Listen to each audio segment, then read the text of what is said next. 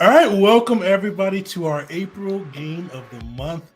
We are diving into Chaosium's Call of Cthulhu RPG. This has been one I've wanted to play for years. This has been on my bucket list one.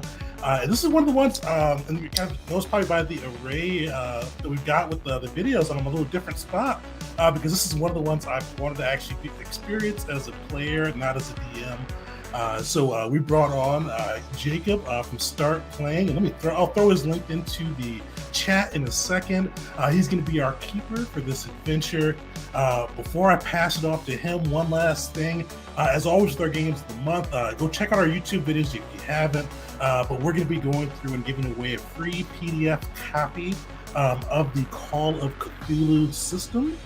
So if you want to get into the running there, put Cthulhu and make sure you spell it right. I spell it terribly each time without spell check, and you will be entered in for a chance to win a free PDFs of the copy of the system sometime tonight. So throw that in there and get a chance to win. But I'm going to stop talking and turn it over to Jacob.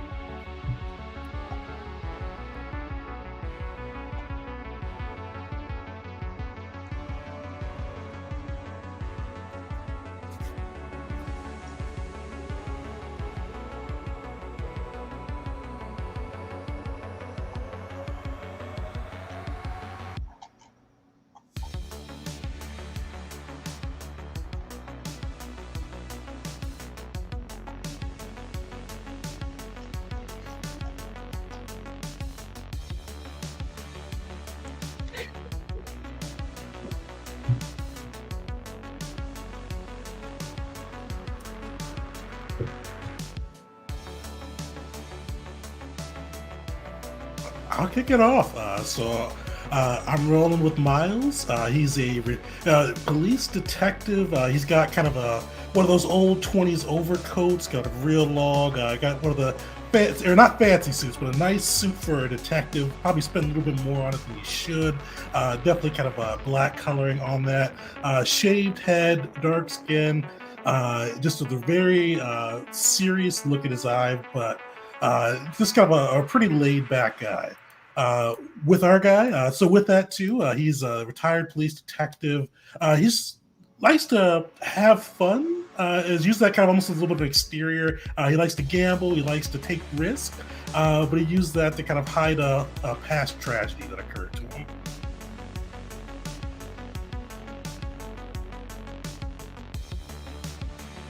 I can go next.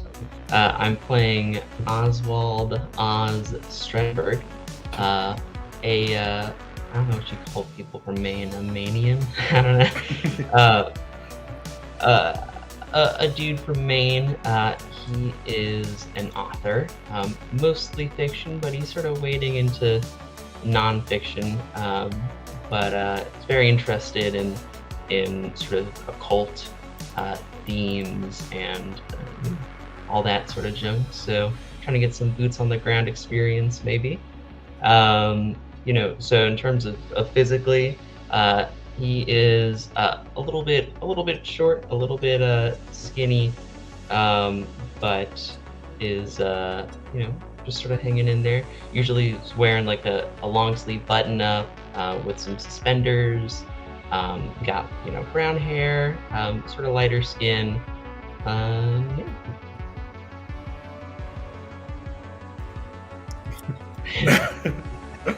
Yeah. Perfect. We're gonna do a quick pause. I did something wrong with the audio, so we're gonna switch that real quick so we can hear everybody. So let me fix that, and we will be right. You're gonna see the screen flash to another screen, but we're still here. We'll be right back.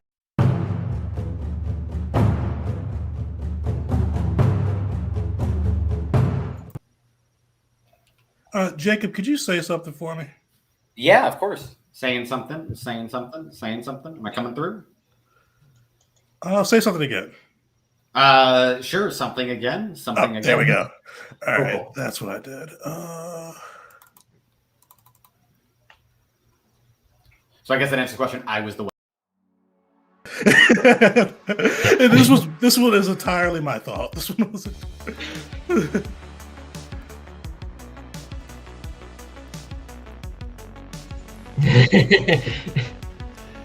this was tracked.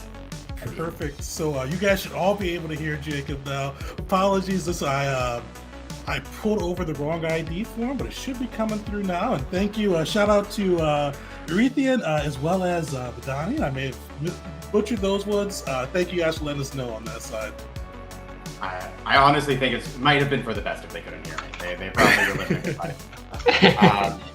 it. But perfect. So we've heard Miles, we've heard Oswald. Last but not least, I'd love to hear your character. You can't see my arms flailing around. I promise you they are. I can hear the enthusiasm. No I worries. appreciate it. So I'll be playing as Morgan Stymack, a veteran of the Great War.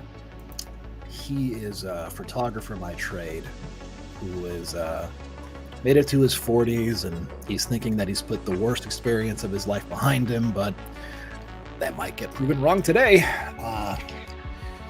As I said, he's a photographer by trade. He's trying to change his life into one that captures the boring, the mundane, and loses himself in drink when he can, and other things when he can as well. He's he's in for a ride. I love it. Fantastic. So then, with that, we can jump on in. That sounds good to everybody. I want to check, is there anything you want me to, in regards to like the rules, or anything you want me to hit on for people who might be listening who aren't familiar with the game? Oh, no worries. So as we kind of go along, usually if we do like something like weird, not weird, but it's like different mechanically, I call it out, but yeah, just go on the flow. Yeah. Okay, perfect. Then with that, we will get started. Okay. We come in a small town in New Jersey, 1939. It is the kind of town that every single person here has driven through at some point in their life. Now just a single street of buildings that are slowly being torn down, being forced out. Back before the factories have been built and before the smell has set in, this is a beautiful small town. A few bustling roads here and there of nice little shops, quaint little places, families that generally keep to themselves, staying reserved and quiet, with a wonderful, lush forest around it. On the edge of town, a good chunk of the forest has been sequestered off into a summer camp of sorts. This is July, after all. Where else would the kids be? You don't want to actually have to take care of them. That'd be insane. So the kids have been sent here. It's not much is known about this place. It was set up just a year or two ago. Nothing too fancy, nothing too crazy. But when a family tragedy happened to someone on the south side of Jersey, and they tried to reach out to get their child, they could not. No one answered. They tried reaching out to the local businesses. Nobody answered. Now, in this beautifully verdant town in the middle of nowhere, New Jersey, you have been called in, hired of sorts, an ensemble of people to try to find where their son is. He deserves the chance to go to his uncle's funeral. And there's only a few days to find him. As you arrive in this small town, driving in the kind of jalopy that we're all nostalgic for until you actually sit inside of one. What do you all want to do?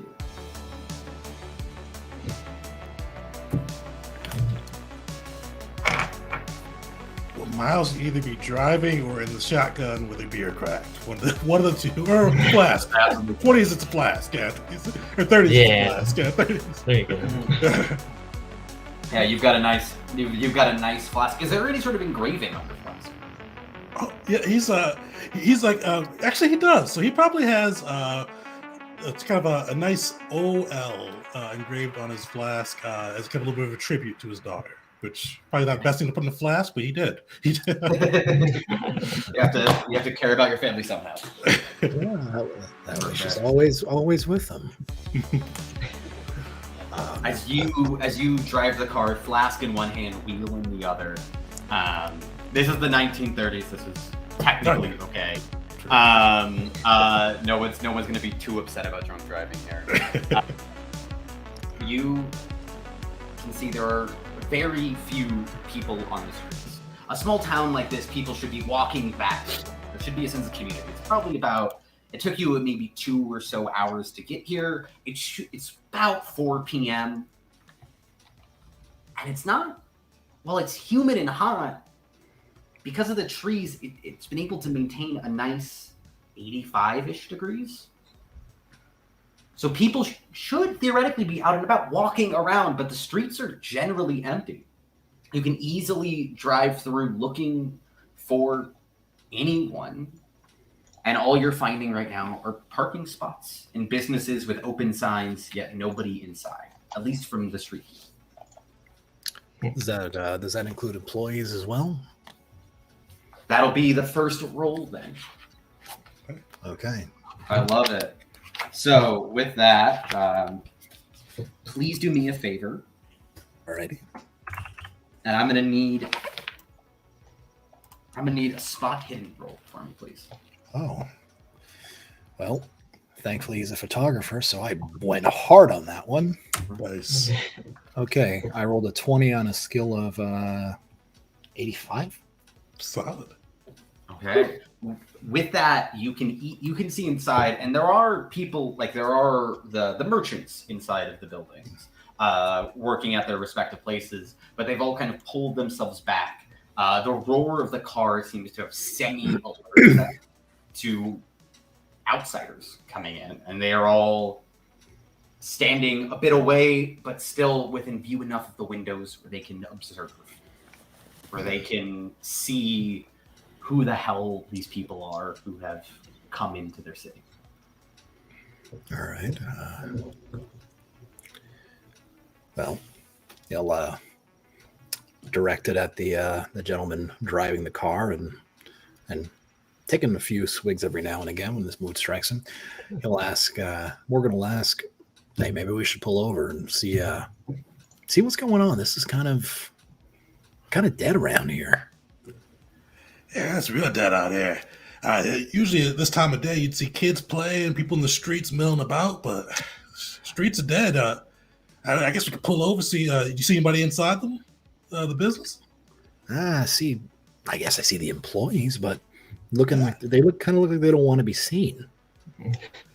Well, Sam kind of shakes his flask and realizes it's a little dry.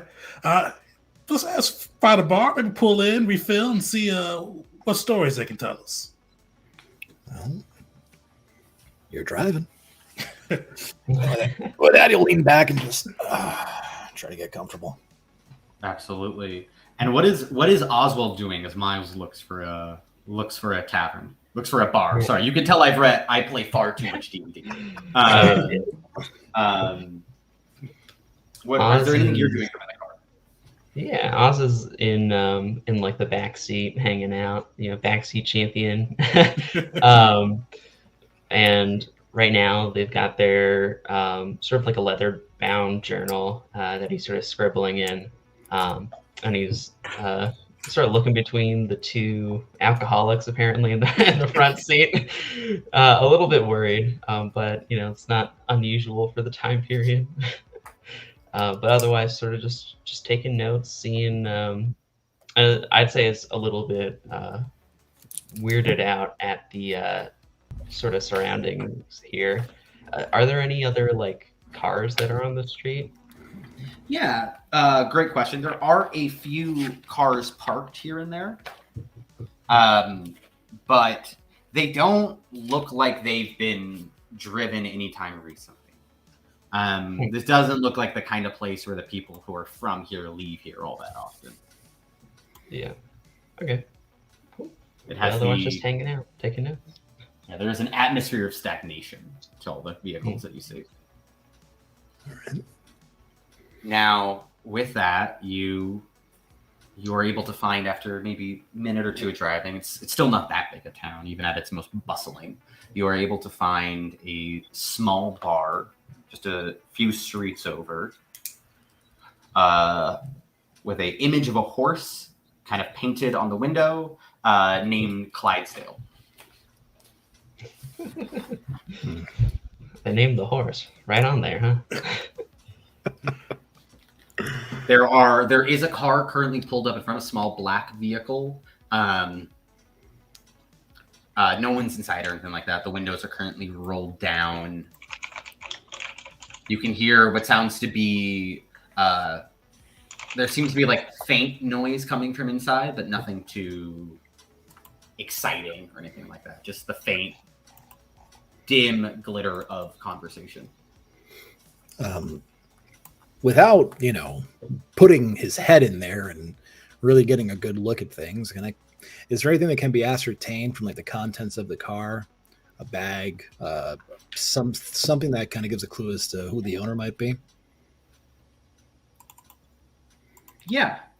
Can you, as you look in, you kind of just look into the car? No, but there's no one in the vehicle, so you kind of poke your head in a little bit. You don't see anybody around at the very least who would judge you for this, other than your group. And I won't speak to their response to you immediately strolling up to the first car and shoving your head into it. But you look inside, and you can see on the passenger seat there is a pistol and what look to be 3 large seeds, about the size of like a human thumb. In fact, they're kind of shaped like a human thumb. And I'm sorry, I want to make sure I heard you correctly. Seeds, as in eventually a plant will grow from them, kind of a seed? Yes. Okay. Yeah, they're light brown little ridges that go across them, and just kind of in the shape of a semi-bent thumb. All right. Can I actually have you make the first sanity roll of the game? Oh, okay. Now, a sanity roll would be rolling just a D100 and comparing that to? Yes. So sanity is you roll underneath your sanity score. Your goal is to roll underneath it with the D100. If you don't succeed, I get to roll some damage, depending on what it is, and that is deducted from your sanity score. The worse, making it so every successive failure of sanity brings you closer and closer to being under my control.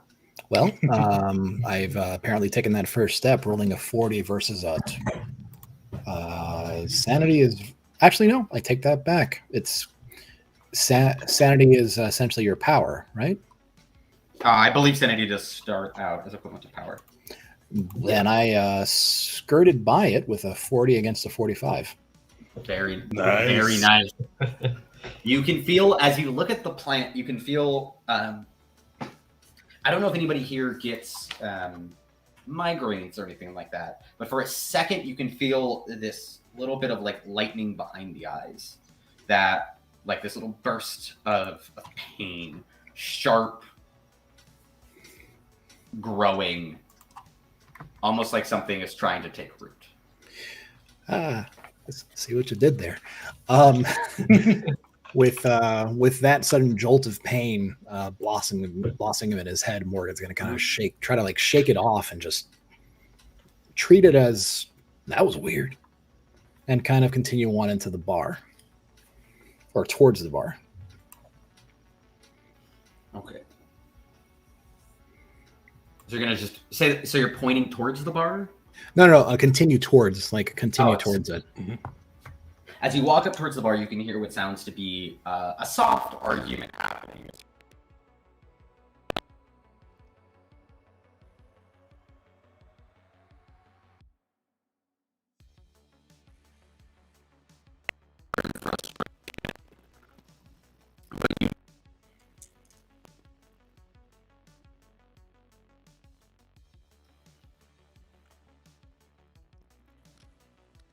Just look at how...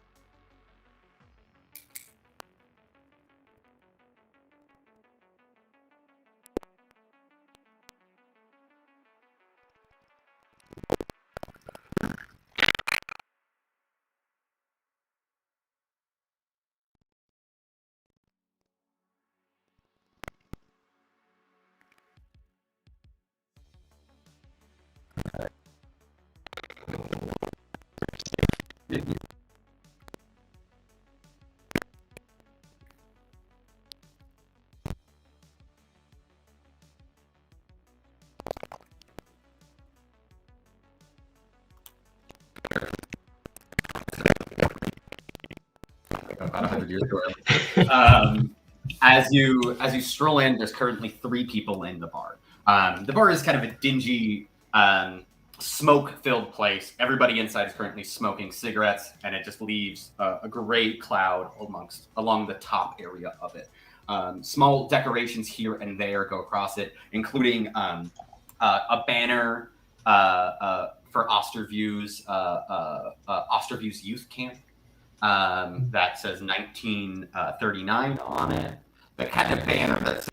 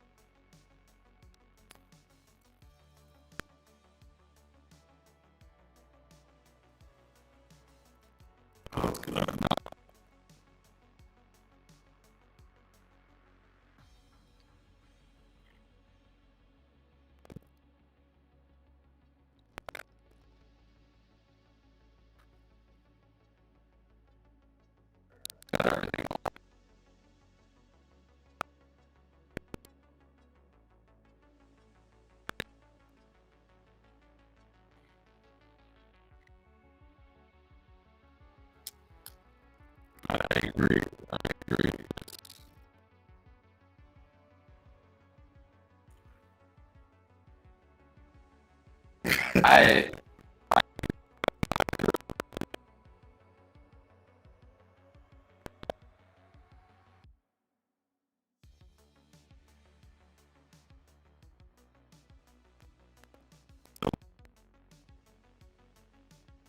exactly.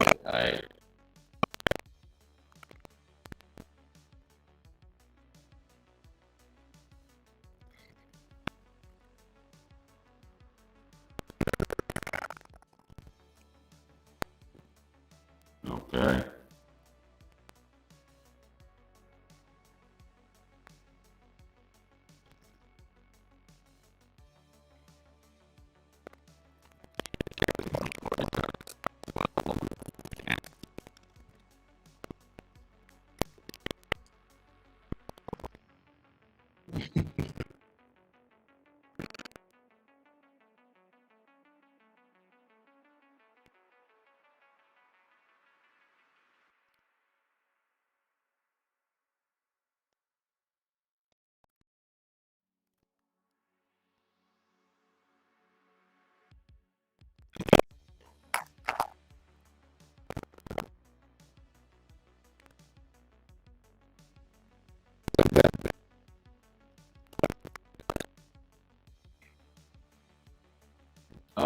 Yeah, I mean, I'm just talking about it.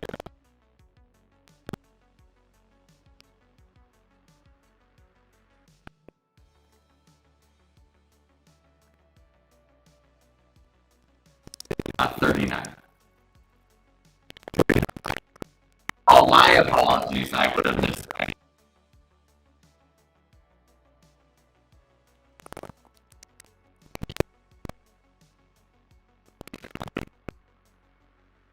Same year you were currently in. Okay. Wow. That must have been some parade. Oh, they should still be, I mean, camp should still be going on. I'm sure they're off in the woods learning archery or something. Good stuff. Good stuff. Big camp. They got a couple acres. People came in and bought it a year or two ago. They went all out, bought as much as they could. Is it? You know, I live in this really good form. Is it just for local kids? Or they take them from out of state too, or the surrounding areas at It's least. generally tri-state area.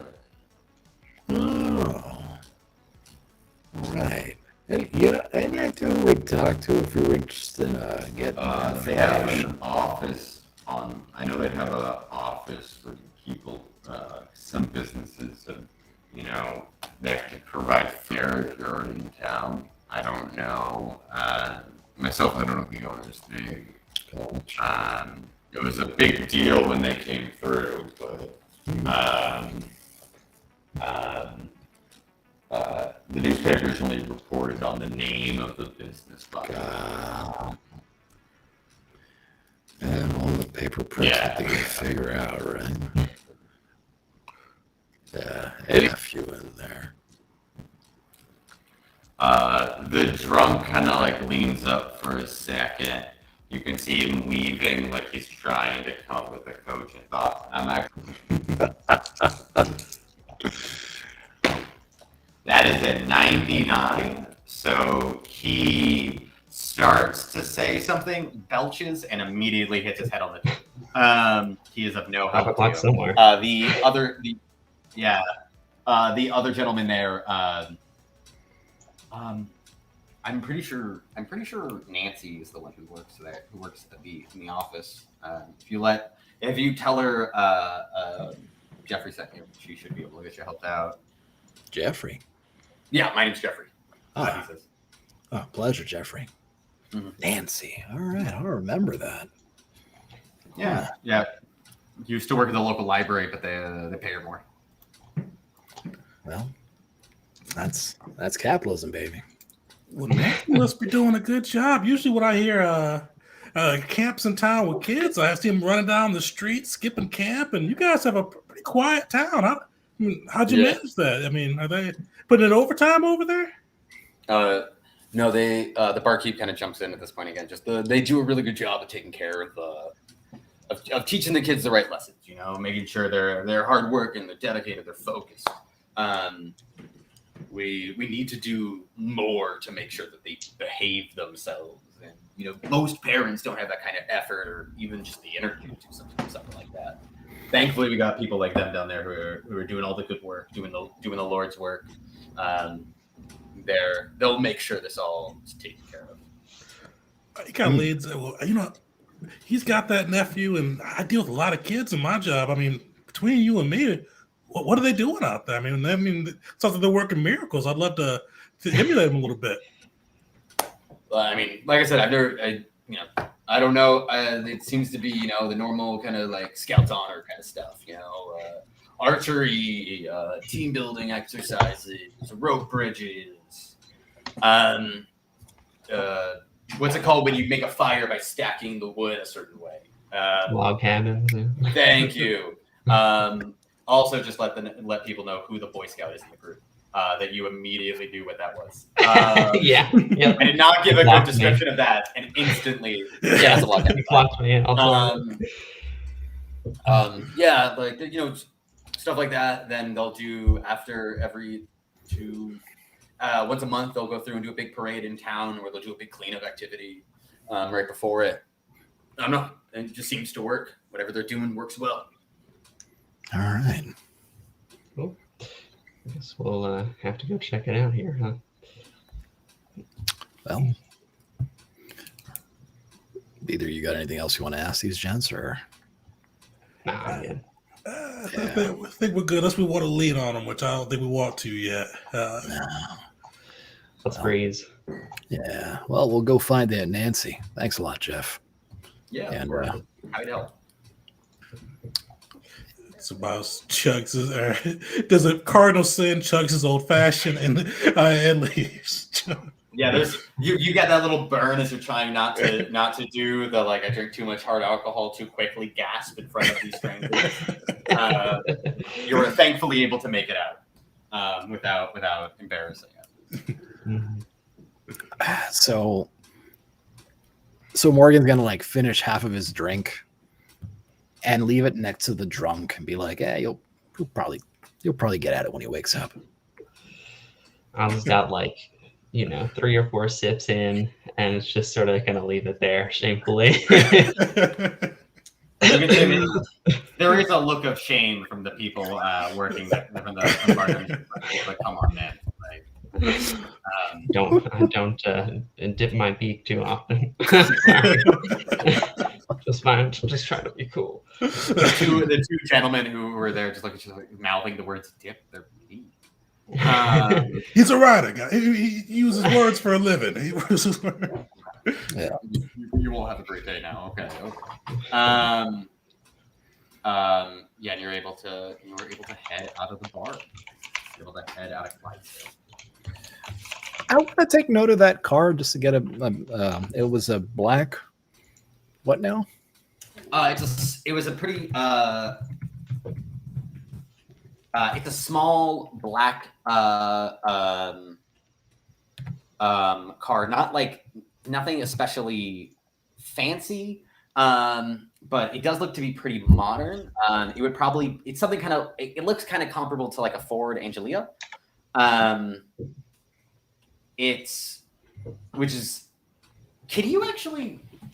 Does anybody here have any driving skill? I don't think so. I think Miles does. Let me pull it up real quick. Yeah, he's got drive. Yeah. Okay, yeah. Do a drive for me, please. Oof, he failed that. He got a 74 out of 40. Oh. And I'm going to assume you're not going to use any luck, or that you're not going to push it. Is that fair? I'm not going to push that one. Yeah. Okay. What if this is important, Tegan? What if the car is important? He's just feeling that old-fashioned bird still. Yeah, it looks to be kind of like a Ford Angelia, kind of like a small, compact family car. Black paint, not especially big by any means. Windows rolled down suggest at least a degree of comfortability in the environment, a degree of trust. The car doesn't seem like it's been modified or improved upon in any way. So it doesn't look like he's been, upgrading it or something like that. It just looks like your pretty standard family car outside of the gun and the thumb seats. Which Morgan will tactfully divert his gaze from anywhere near that seat. Heavy freaking jeebies. All right, now just in case we run into it again, I just want to make sure it's something that we'd be able to remember. Okay. Yeah, absolutely. You've dedicated more than enough time where you could recognize this car if it popped up again. Okay. All right. Well. Okay. Well, where are you off to now? We'll head off to Jessica, the office with Jessica, see what we can dig up on it. Yep. Nancy? Nancy, right? Nancy. Yeah, his name was Jeff. Her name was Nancy. Yeah. Okay. There you go. Don't know where I got Jessica from. Don't know where I got. No, yeah. Jessica has the vibe of a 1930s name. Yeah. I'm guessing you heard the name Jeff and just said, "Let's make it feminine." Probably. Are you all in the same seats you were in previously? Is my question. I know that might sound like a weird question, but it does matter for like, Okay, well, I mean, it's kind of like I guess it's like a hierarchy at this point.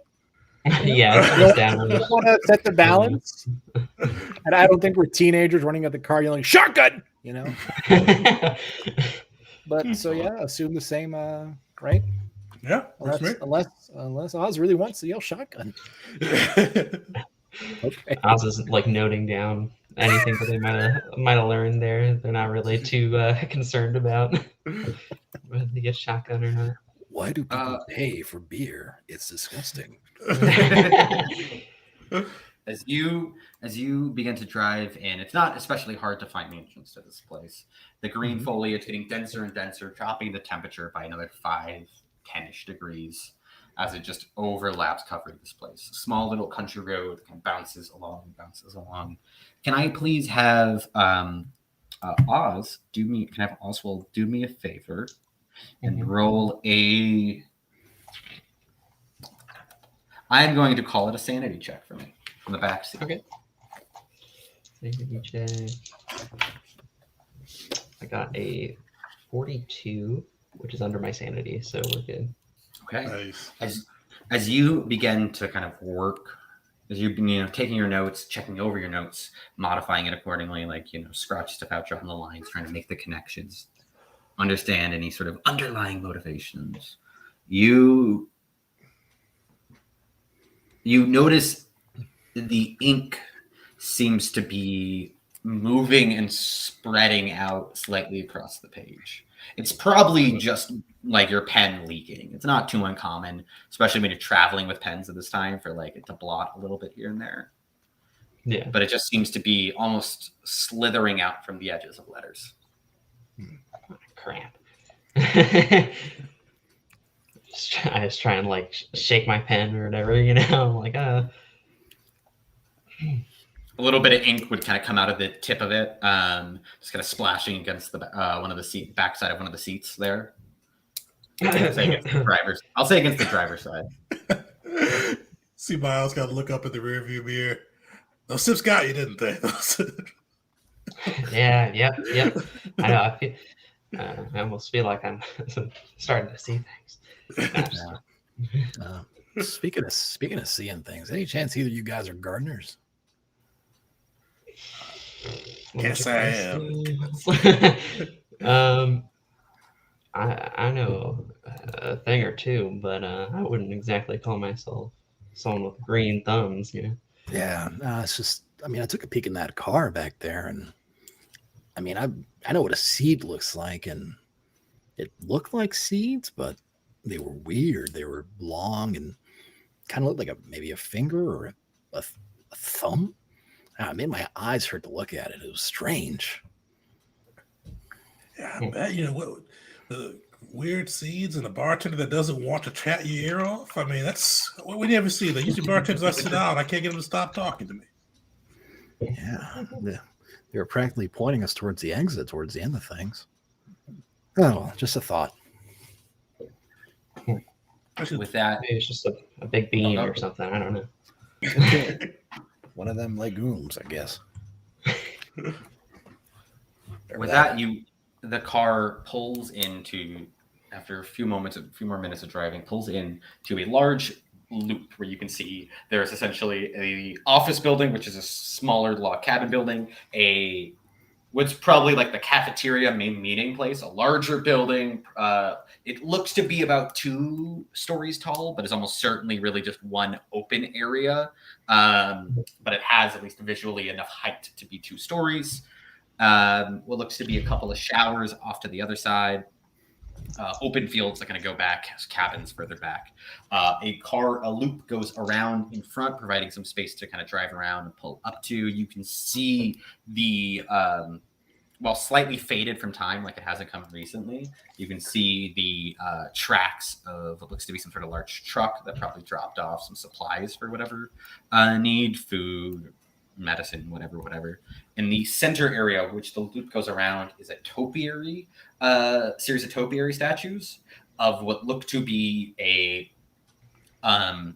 bunch of young men, all between the ages of 12 and 17, who are in like different states of like nature discovery. One has a bow and arrow pulled. One is currently like tying rope together, kind of crouched down. One is currently like balancing. He's like almost balancing out on like a little beam, like a crossing over a river or something along those lines. Just a few of them kind of in the center there. They have a little bit of a sheen to them, like they're maybe over water or something like that. But we don't see anybody outside or any kids, right? You have not seen anybody outside or any kids. As Oz sort of steps out of the car and looks around, like, is there anything off about like the forest or anything? I'd be like, just checking around, basically, seeing if there's anything. You can do either a natural world or a survival, your choice. Okay. I got some in natural world here, so let's see. Ooh, that is an 89, which is not going to do it for me. Do you want to push it or spend any luck? For the first little bit, I'm going to ask more than necessary just to make sure it's something you're thinking about. And as we progress, I'll stop asking. Can you explain pushing it to me? Pushing it means you get to re-roll. If you fail, though, something bad happens. Okay. Yeah, let's live dangerously. I mean, what could possibly go wrong, right? I'll push it. Oh, okay.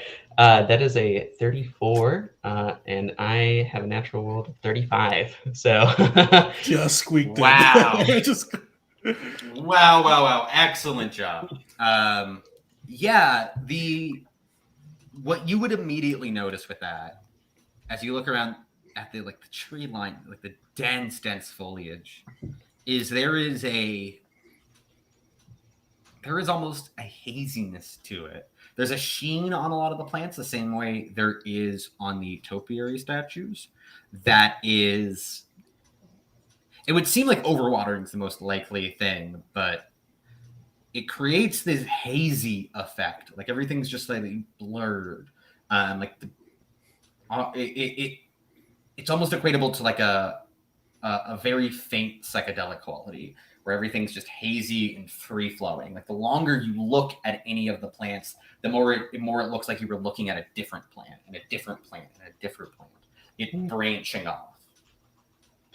Oz will sort of tug on Miles' sleeve like a lost toddler, and sort of point out, you see the foliage. Something's, I don't know. I feel like I'm seeing double or something. Miles got to squint and see. And does he see that same kind of like hazy effect with Oz pointing it out? With Oz pointing out, I actually would need you to roll a sanity check. All right. Ooh. So that's going to be a fail. 63, which is a fail. Okay. Just failed, too. 62 was my sanity. Oof.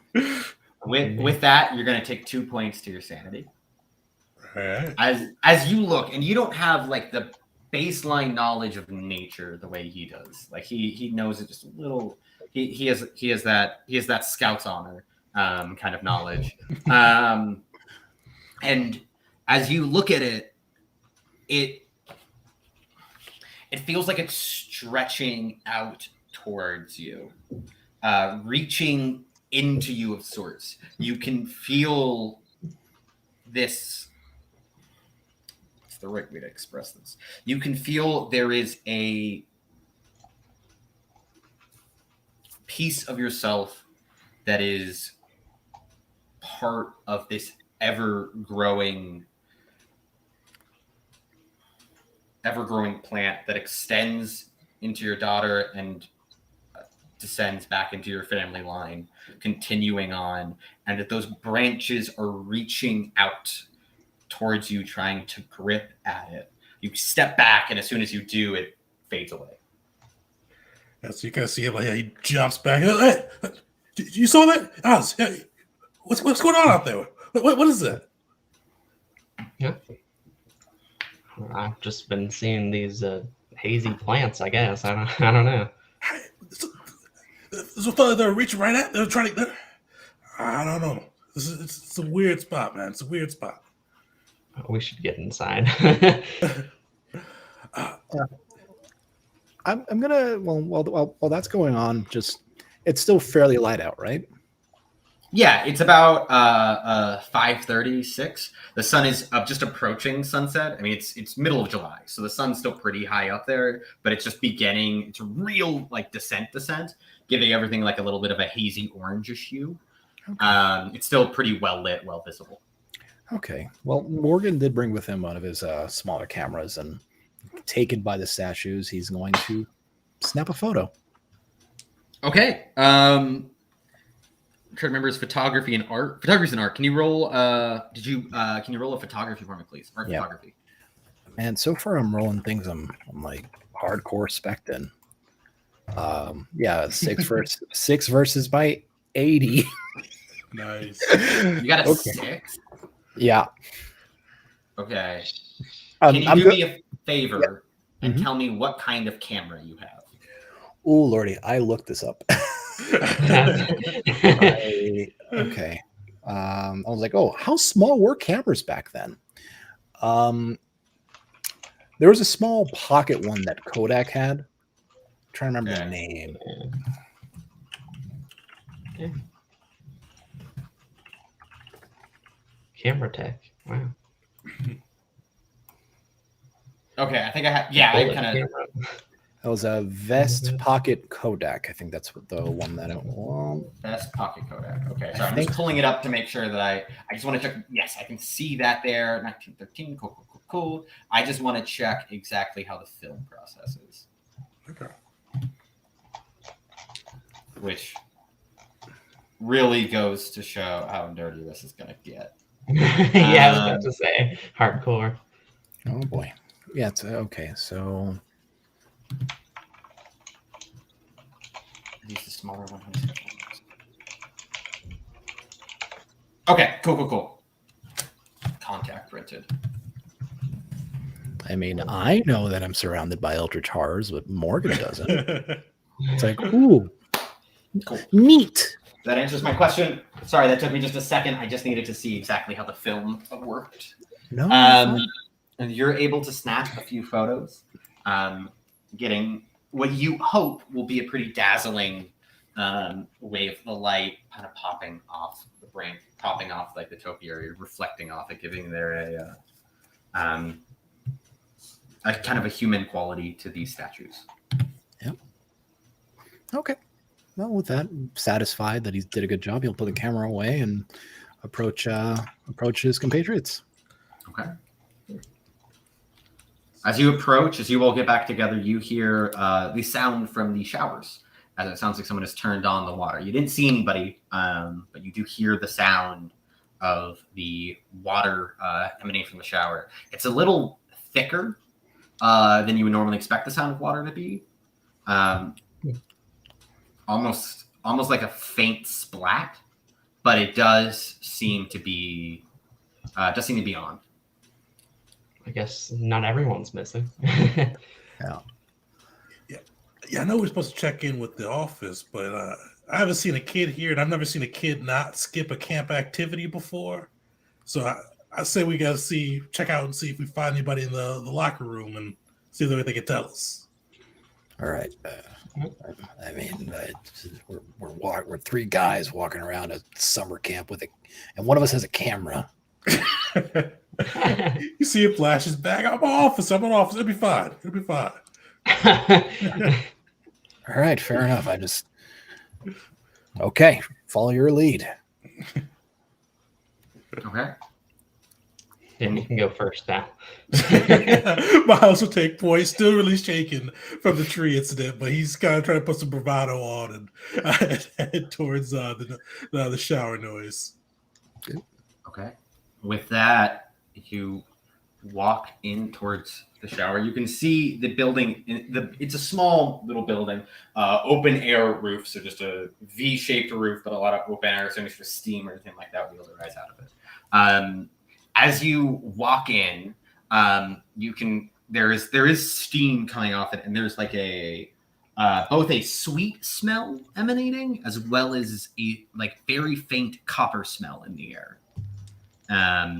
A few lockers line the way, as there seem to be 3 showers along the left side of the building, the last one of which is where the sound is coming from.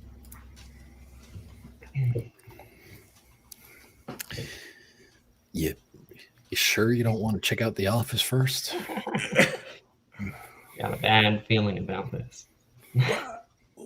We don't want to catch him unawares, so just I'll yell out. So, hey, Sonny, this is Officer Miles. We got a few questions for you. Get yourself proper and come over here. The shower stops. What today, Sonny? Just to be clear, I did pocket that camera. Oh, yeah. Okay. I want to have that on the record.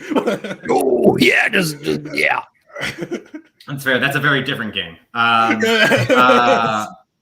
Nobody comes out of the shower though. Hey, as an officer of the law, I don't really want to come back there, but if you make me, I'm not gonna be happy.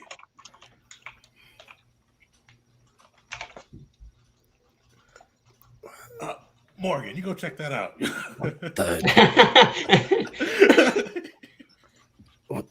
You're the one that. All right, fine. It's fairly well lit in here, right? It's moderately. There's a little bit of light coming in through here. There's a couple of like small bulbs, very similar to what you would have seen like trenches, Okay. as well as a lot of the sunset is coming in through the open air part of the roof. Okay, so like turning on a hand torch would be just a little bit excessive, right? It'd be a little excessive, but you don't. Odds are they're not going to have, electrical wires in the showers, so it might still be worth it from looking in there. It's like right on the line. All right. Well, again, I know he's in Eldritch Horror, but he doesn't. So, he'll just kind of like looking up as like walking, like trying to keep his eyes at torso and above, kind of a thing. Hello, hi there. I'm a friend of the officer back there, and then I guess with that he'll turn the corner. Okay, you turn the corner and you look in. The shower is empty. There is still liquid dripping down from the shower top, as well as kind of circling around the drain baked into the floor.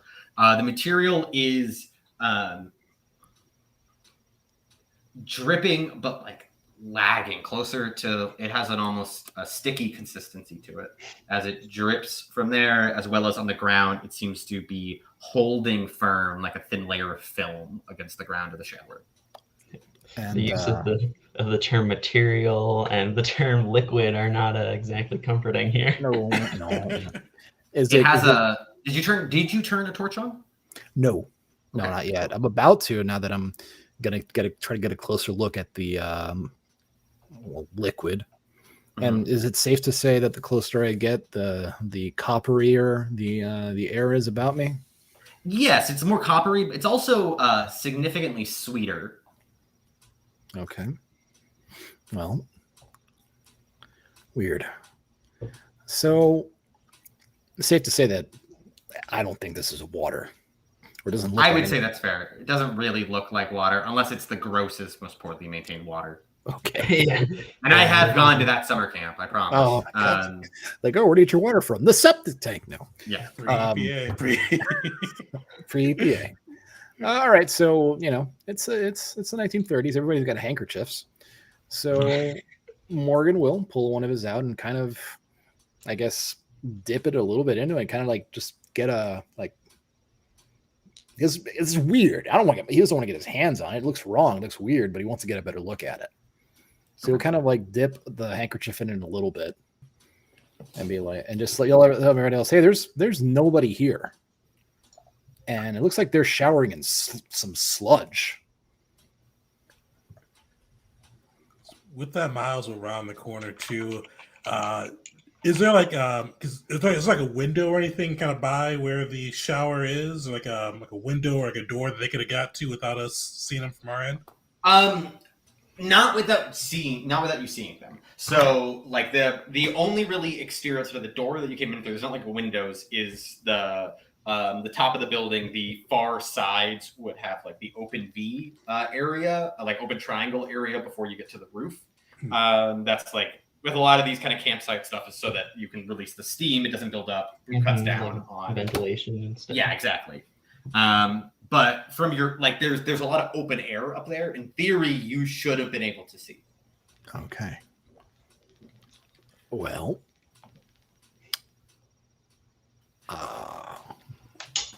What you got there, Morgan? It kind of looks at the handkerchief.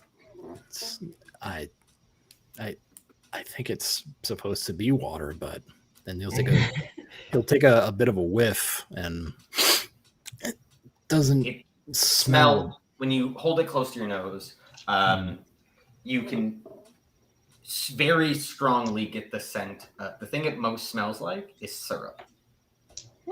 But with like this minerally quality to it that kind of like lingers underneath it. It smells like syrup, and with that, he'll kind of as every man has ever done when they smell something weird, they'll tell somebody else to smell it. Absolutely. Can you do me a favor, actually? Since can I have you do a con at half? Con at half. So that would be. Let me find the page, and that's rolling D100. So you need to get under not the full score, but the halfway score. Yep. Nope. Not even close. 91 versus my 30. Do you want? I will ask. Do you want to push it or spend any luck? No. Okay. All right. You smell. It just smells kind of gross. It kind of throws you off a little bit. You can't get the smell out of your nose even as you show it to one of your friends. Just. It's in my mouth. Yeah, it's the kind of smell that for you is a solid.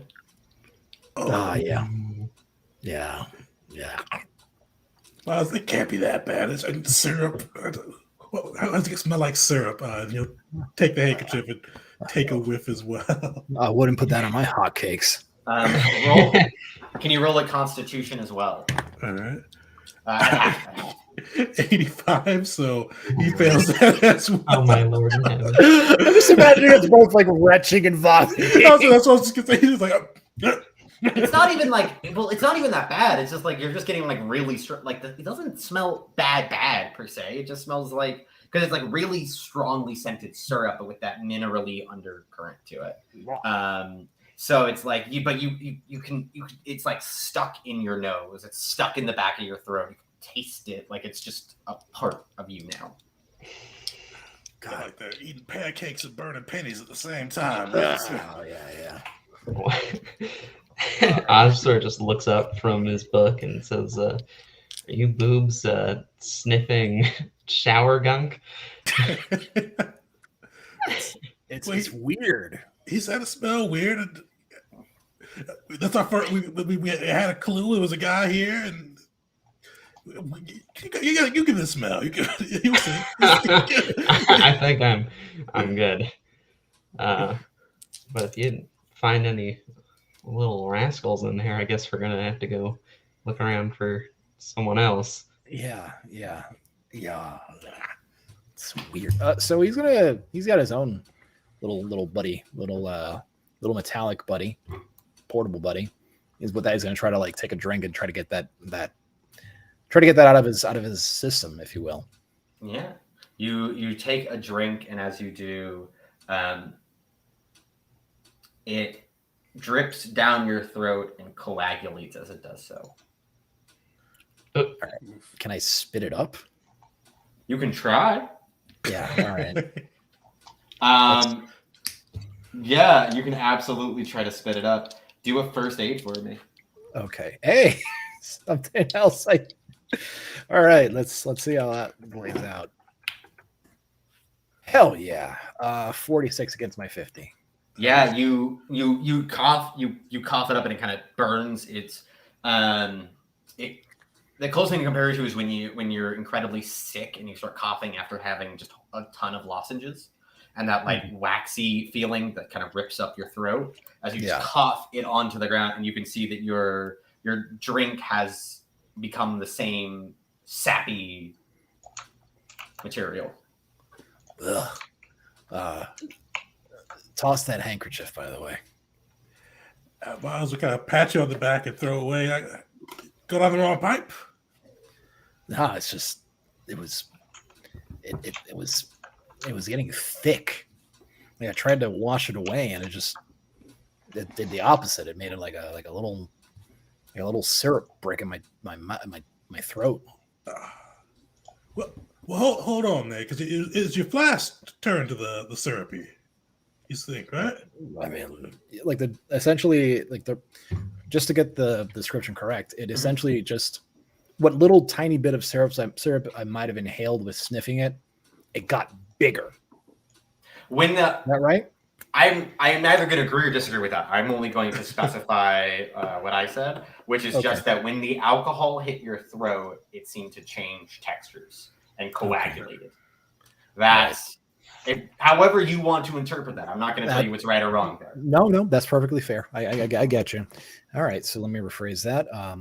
I was trying to drink it to get the taste and smell out of my mouth, but I don't know.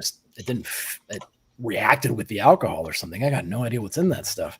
What are they bathing these kids with? Ugh. Well, I thought it was a kid doing something funny with syrup, but you ought to turn the water back on, see if it's no. Let's just go. Al still hasn't smelled it, so I think we fill it back up. He can get a good smell. Let's look around. All right. I don't want any more of the syrup or whatever it is. Maybe go to the office to see if anybody's actually in there. Let's check it out. See if we can find some actual kids around here. Okay. Oh yeah, that's it. We're gonna be on our list. Yeah. I'm so sorry. I did not think this was going to be a possibility. It just crossed my mind. All right, guys, let's get those kids. I guess it was either this or my Jeffrey Epstein themed one shot. So I'm so sorry. You mean it's not? I kid. Oh. But with that, it's where are you? It sounds like you want to go to the office. Is that fair? Or is there something else you want to do in here? Yeah. Well, last thing he'll do before he leaves, with the drain, he's just gonna kind of like not trying his best not to get his eye too close to the liquid, so that smell doesn't come back. But he's gonna try to see if he sees anything around the drain. Oh, interesting. Roll a spot hidden for me. He's actually pretty decent at that. In case it helps, let's assume that Morgan sees him doing that, and he'll offer his hand torch. In case that changes anything. I don't think that would be enough to change anything. But that's still a good idea. What did you get? Luckily, I got a 19 out of his 50 or 60, so he's good. You can see what seems to be a large series of hairs, kind of like jutting out. Like they look to be straight. It's a shower, so I have to specify. They look like head hair, about like a couple inches long. But they're kind of like it's a large chunk of them. It's not like a few scattered amongst the drain, but a large chunk of it. Well, you all aren't gonna like this, but it looks like almost looks like somebody pulled somebody's hair out and threw it in the drain. Well, I felt we got. I mean, the first rule of detective school, you got to look for the clues, and if the clue flies, you gotta dig your head in it. So, I'm not touching that. I'll do it. So he's gonna try to see if he could lift the drain up and just I don't know. Did I buy gloves for him? I did not buy gloves for him. So he's gonna lift the drain up and try to see if he can reach in there and uncover the hair a little bit and see if he can find anything with it. Yeah. You can kind of reach in, kind of grabbing at the hair, pulling it up. That's always my favorite thing is when someone does those kind of hard motions at the ending of this game. You reach down and you grab it, and as you pull it up, the hair seems to get longer and longer until it looks to be fully about maybe about 6-7 inches long. Strand of about 20 to 30 hairs with a large chunk of what looks to be scalp still attached to it. The scalp does not look torn. It does not look ripped. It looks almost like it just looks like it popped off freely of its own volition. And I need all of you to roll sanity rolls for me on that. Yeah. There. Can't imagine why. Oof, damn. 34, so I'm good. Okay.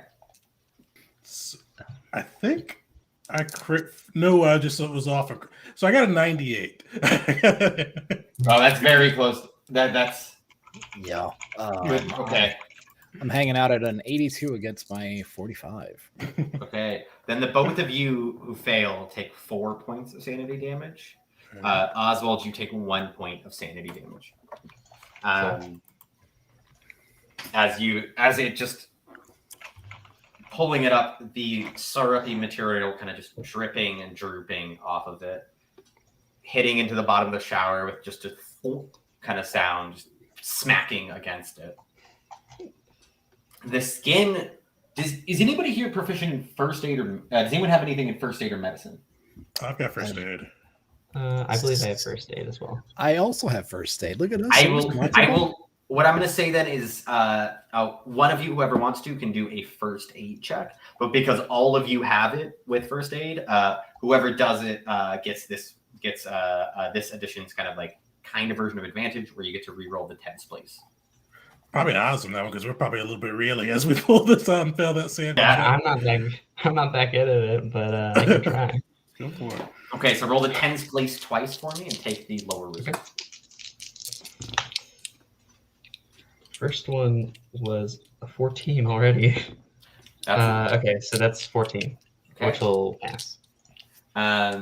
The flesh appears to still be alive. There is no sign of rotting. There is no sign of degradation. Other than the fact it is not attached to a human body, it appears to be fine. It doesn't even have a loss of color that you would expect from lack of blood. Yeah, Oz will just sort of just look at it and say it's still kicking. It's still living.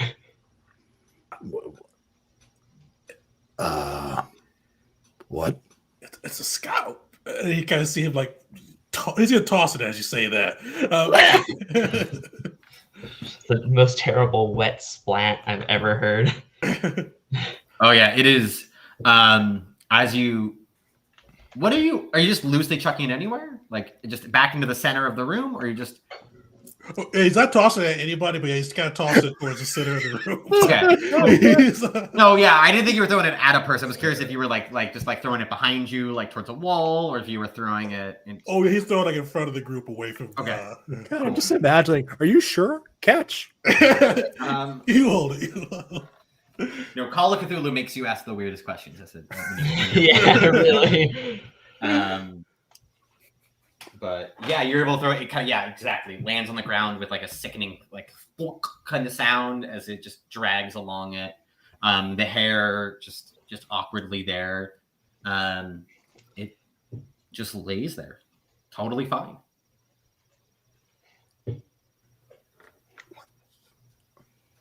So you think it's alive? Yeah. I'm gonna need you to run me through that thought process. look at the coloration. It looks like it doesn't even have blood loss. Was it warm? It's a good question. What was it? Was it warm? I mean, the hair, if you grab it, I'm assuming you grabbed it by the hair. Oh yeah, he did. He did grab. it by Yeah. the I hair. assumed you grabbed it by the hair. The hair wouldn't give you Not any. just- any not sense just- of it. Yeah, that's fair. Not just Yeah, he going did go. like you're stuffing Yeah. a turkey Yeah. going in there. I don't know. Oh, jeez. Well, we found part of a teenager, I think. I don't think they're going to pay us for that, though. What is this? It's a lot. I mean, should we poke it? Okay, so it's safe to say that this belongs or belonged to somebody, and he says that it's not.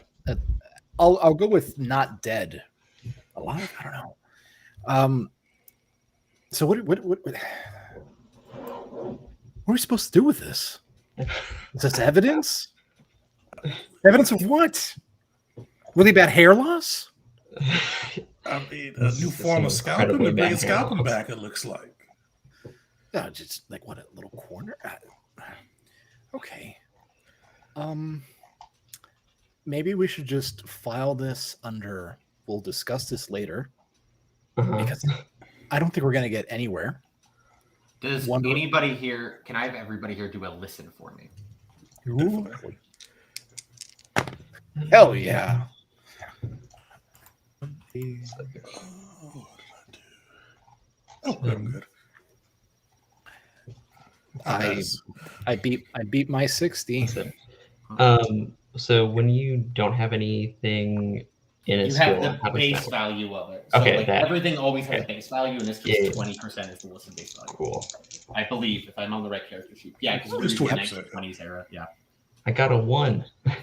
Nice, crit success. Wow! Holy crap! Okay. So then everybody succeeded then, correct? Mhm. Oh, that sucks for you guys. Oh, no. One time. You succeeded? You're gonna regret it. No, that's Call of Cthulhu. It's like good for you. You got through. Now you get to experience it. You can hear. You all hear from all of the showers turn on. Just as they turn on, though, you can all hear as the splattering sound against the showers gets louder and louder. The sun begins to fade away from outside. You can hear, though, from exterior, the sound of what sounds to be like a train car, just going by faster and faster, angrier and angrier. A loud whistle bears across the sound, cutting through it, slicing it apart, slicing straight through you as the showers just continue that thwack, thwack, thwack onto it. The smell of syrup and iron just filling your nose and nostril, and now a new smell of human waste or degradation as the train rushes past. And I need everybody to please roll a sanity check for me, please. Finally passed the sanity. I got a 21, and my current is 69, so I'm good. At some point, you're going to fail you're going to fail a roll. I don't know when it's going to happen. Or fail a roll. I was very lucky with mine, so yay, passing. So everybody pass? Yay! Cool. Then everybody only takes 1 point of sanity damage. Yeah. As soon as the sound is at its most overwhelming, it cuts out. The sun is fine, and the showers. You just hear the of the showers turning themselves off.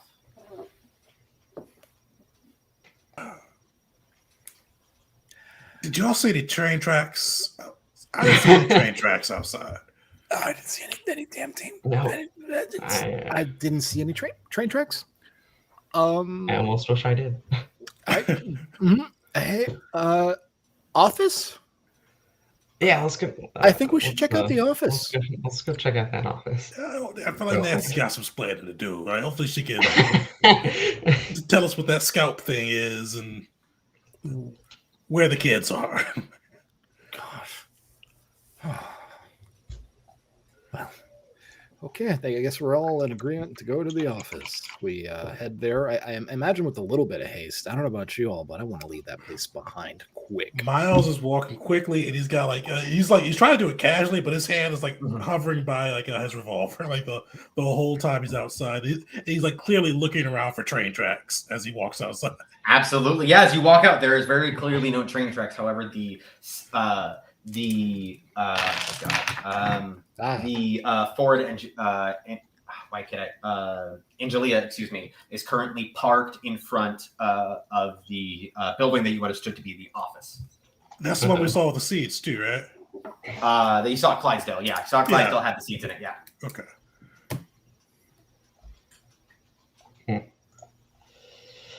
Well, looks like our friends follow us up here. Keeping on. Yeah. Maybe. Oh lordy. Well, let's go say hello to Jeff once again, and maybe we'll finally meet Nancy. That's it. Never been up here before, but now he's coming up here just to see us. Was it?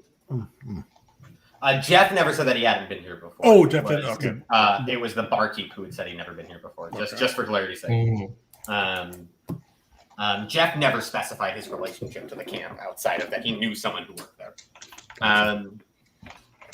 But with that, you are able to kind of walk on into the office. They've got the classic wooden steps, a little bit of a front porch area, well-crafted kind of space. You walk in. You can see there's a few candles lit in this space, a few tables here and there, the chairs around them, drawers all over, posters that provide like a little bit of information about like anatomy and wildlife to expect, so you can avoid poison ivy and know what berries not to eat, that kind of good stuff aligned in the space. A large desk is set up with a woman, late 20s, early 30s, blonde hair, currently in a tight bun. With at least for the time period, a surprising degree of musculature. Like she is in good shape. Currently sitting behind the counter. Hello. How can I help you? Honestly, I have no clue. Hi there. I'm Morgan. Nice to meet you, Morgan. I'm Nancy. How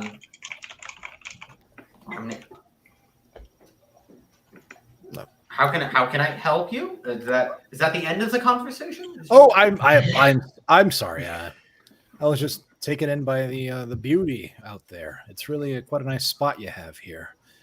I was interested in possibly enrolling my nephew. Maybe not this year. Maybe next year. Mm-hmm. I wanted to see what brochures you had and anything else that I can kind of find out about the place. Oh, of course. Yeah, we definitely. Give me 1 second, and she bends down and opens a drawer. As she does so, as her body bends, like the way a body should bend, which is never a good way to start a description. But as her body bends the way it should, you can't help but hear every joint popping along the way. Just every single one, just pop, pop, pop, pop down the line. As she opens the drawer in the desk, pulls out like a couple pamphlets. Here you guys go. Help yourselves. They should go over all the stuff. Enrollment's a little expensive. It's $100 for 2 months, which I know is a lot, but it really makes sure we're able to give them the best possible experience. You speak to anybody in town, and they'll tell you how much they love it and how great the kids are. Well, thank you very much, and he'll gratefully take the brochures. Sure. It's like 4 or 5 copies of the same brochure where it just kind of has it has mostly drawings, a few photographs of teenagers, like teenage boys, just kind of like sitting, doing archery, doing like the normal camp activities. A lot of like self-aggrandizing compliments in it, all that kind of good stuff. Okay. And follow-up question for you. At around this, I imagine everything's down to a routine. And at a day like today, around this time, what are all the what are all the youngins up to? Oh, I believe they were currently working. We this week is the Wilderness Survival Week, so they're currently a little bit further out, working on some of their survival techniques, and then they're going to do a big bonfire tonight. Oh, that's exciting. So there's none at the camp now, then. Well, they're on camp's very big, so she kind of like points out the window, and as she does, you can just hear the shoulder pop, the elbow pop, the fingers pop, the wrist pop. Even her neck kind of pops as she pivots slightly off to point. There's like the cabins they stay at over there, and mess hall's right next to us. Some of the activity space, but the owner owns about, I think he owns 4 or 5 square acres in this area. So we're not all of it is going to have camp fully set up. That way we can do hikes and we can, take your kids and do all sorts of fun things where they get to explore themselves and explore the environment. You only want it so civilized. You have to give space for especially teenage boys' barbarism. Of course. They need somewhere to spend that energy. I'm sorry for not being more specific in my question. I meant specifically close to here currently. I mean, in this building, I don't think so. Okay. None of the kids. The mess hall is also where the infirmary is. So I guess if any of the kids got hurt, there might be one there, but I haven't been informed of any. You can always, if you really want to. I don't mind you all. She kind of looks you over again. Yeah, I don't mind you all like going to examine like the bonfire and all that kind of stuff. I mean, imagine the fire is going to be lighting up pretty soon. So the sun's almost set. So they're probably just finishing building the log cabin fire that at least one of you looks like you're pretty familiar with. I'm so sorry. I was a Boy Scout too. I can't help it. Yeah. I built all sorts of bonfires back in my day. Oh yeah, me too, buddy. Me too. But yeah, so you can definitely go and like check that out if you'd like. As long as you don't, interrupt like the ceremony or something like that. The kids worked really hard, and I understand that you want your kids to go, but it's always to remember this isn't about you. This is about the kids. This is about their future. Of course, we were asking around a little earlier. Could you tell us who the owner is? We'd love to meet him if he's around. Oh yeah, it's Peter Hill. Which for everybody here, that'd be spelled Peter spelled Peteri. Jesus, Peter. Heel spelled Heil.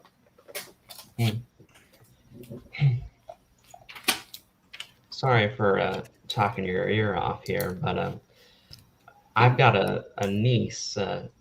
You don't happen to have any options for girl campers around here, do you? I know they were looking to set something like that up, but our priority is going to be boys first. Boys, with war right around the corner, it looks like. With the war that we just got out of, and now this, it's important to make sure that those who are going to be protecting their people are, fully trained and ready to, and are ready to get involved with stuff like that. And skills like this might make a big difference. Well, I say it's Europe's problem. And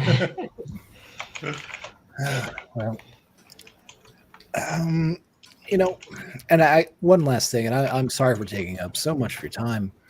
I was quite taken by those statues towards the front. Oh yes. Were those? They I mean, okay, so just they looked pretty like really good, solid, like lifelike statues, right? They were topiary statues. Topiary. Okay. Don't know what that means in that context. Oh, topiary. A topiary statue is a statue that's made out of plant life. So it's like when you carve a bush to make it look like something. I had an entirely different picture in my head. So my apologies. No, I should ask. Same boat. Yep. Well, now I don't feel so dumb. Okay. Oh well. Okay. So with that in mind, then, so how often are those kept up? I mean, it takes I know I don't have a green thumb myself, but I can imagine that's a certain amount of skill to perform or keep up. I mean, well, this is Jersey. I mean, this is like the land of where growing plants is the easiest it's going to be. But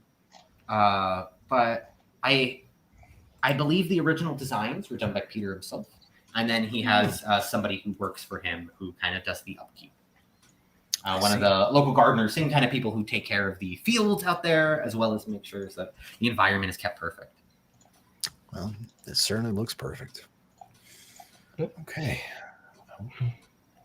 And I don't mean to be a little too forward right now, but are you feeling okay? I mean, sometimes I get a little crook in my neck too sometimes, but I've got some good stretching techniques, and just want to make sure you're all right, feeling all right. She kind of turns to you, looking kind of confused. As she does, you hear every single line along every joint along her spine pop, pop, pop, pop, pop its way up. As she just goes, I'm sorry, I don't understand what you're asking about.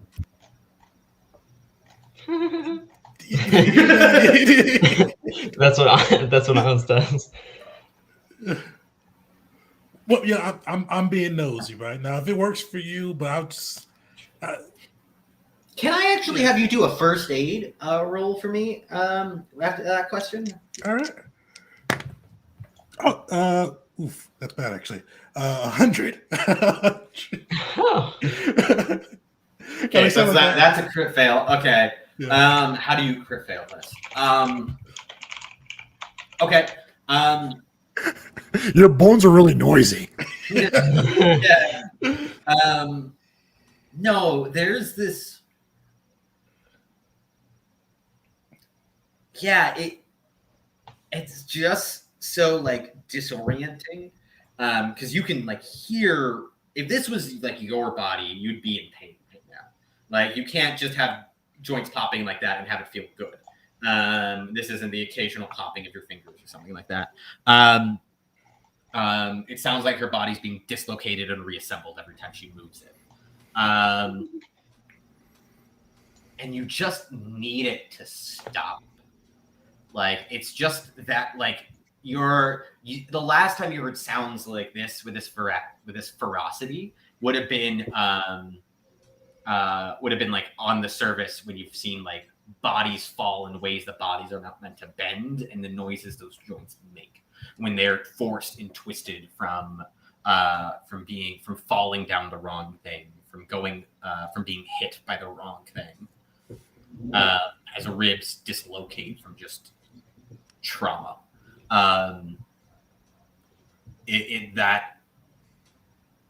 The sound of service is all that you can hear now. So he's going to kind of hold his hand up to his head like, you can't hear that? I mean, there's something wrong with you. There's something wrong.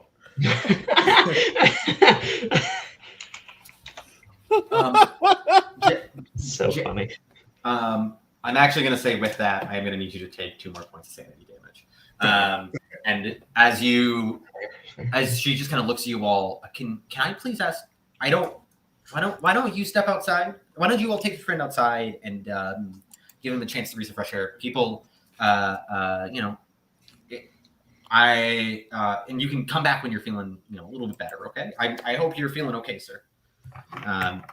Excuse me. I know I lost people in the war. I had people come back from the war who seem to have the same issues that you're having right now. So sorry. And every motion, like her voice for you is just overcome by that sound of her wrist popping as she like tries to wave you away. Her arms just like a small drum snare.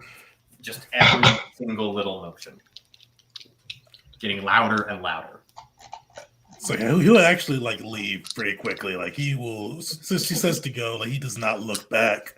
He just takes off outside. Yep. Good day to you. Yeah. Bye. Have a good day. With a nod of his head, Morgan will follow him out. Okay. He's gonna like have a little panic look. You heard that, right? Yes. Yep. Yep. Yeah. Clear Yes. as a whistle. Have you heard of tact? Last time I heard a body creak like that is when somebody hit it with a hammer on one of our cases. And she's just out there walking around creaking and cracking it. Nobody it just act like it's normal. I mean, maybe it's some sort of deficiency. Hell of a deficiency. Yeah, just something. I is there anything that would like make a body do that? Because I don't.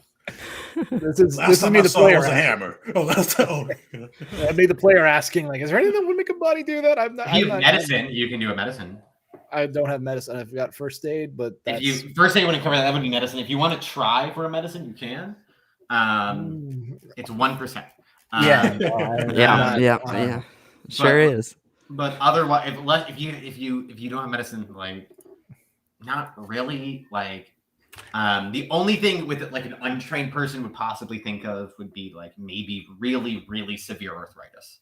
But that would be. But she also, if it was that severe, she wouldn't be able to move. Like if you're at that point with arthritis, you're not bending your body in the way that she is. She seemed completely unfazed by it. Okay, it's just I know. I mean, I know it seemed weird and wrong, but she paid no mind to it. And there's nothing wrong with your ears. I heard it too. I had no idea how to tell somebody that their body is really noisy. Yeah.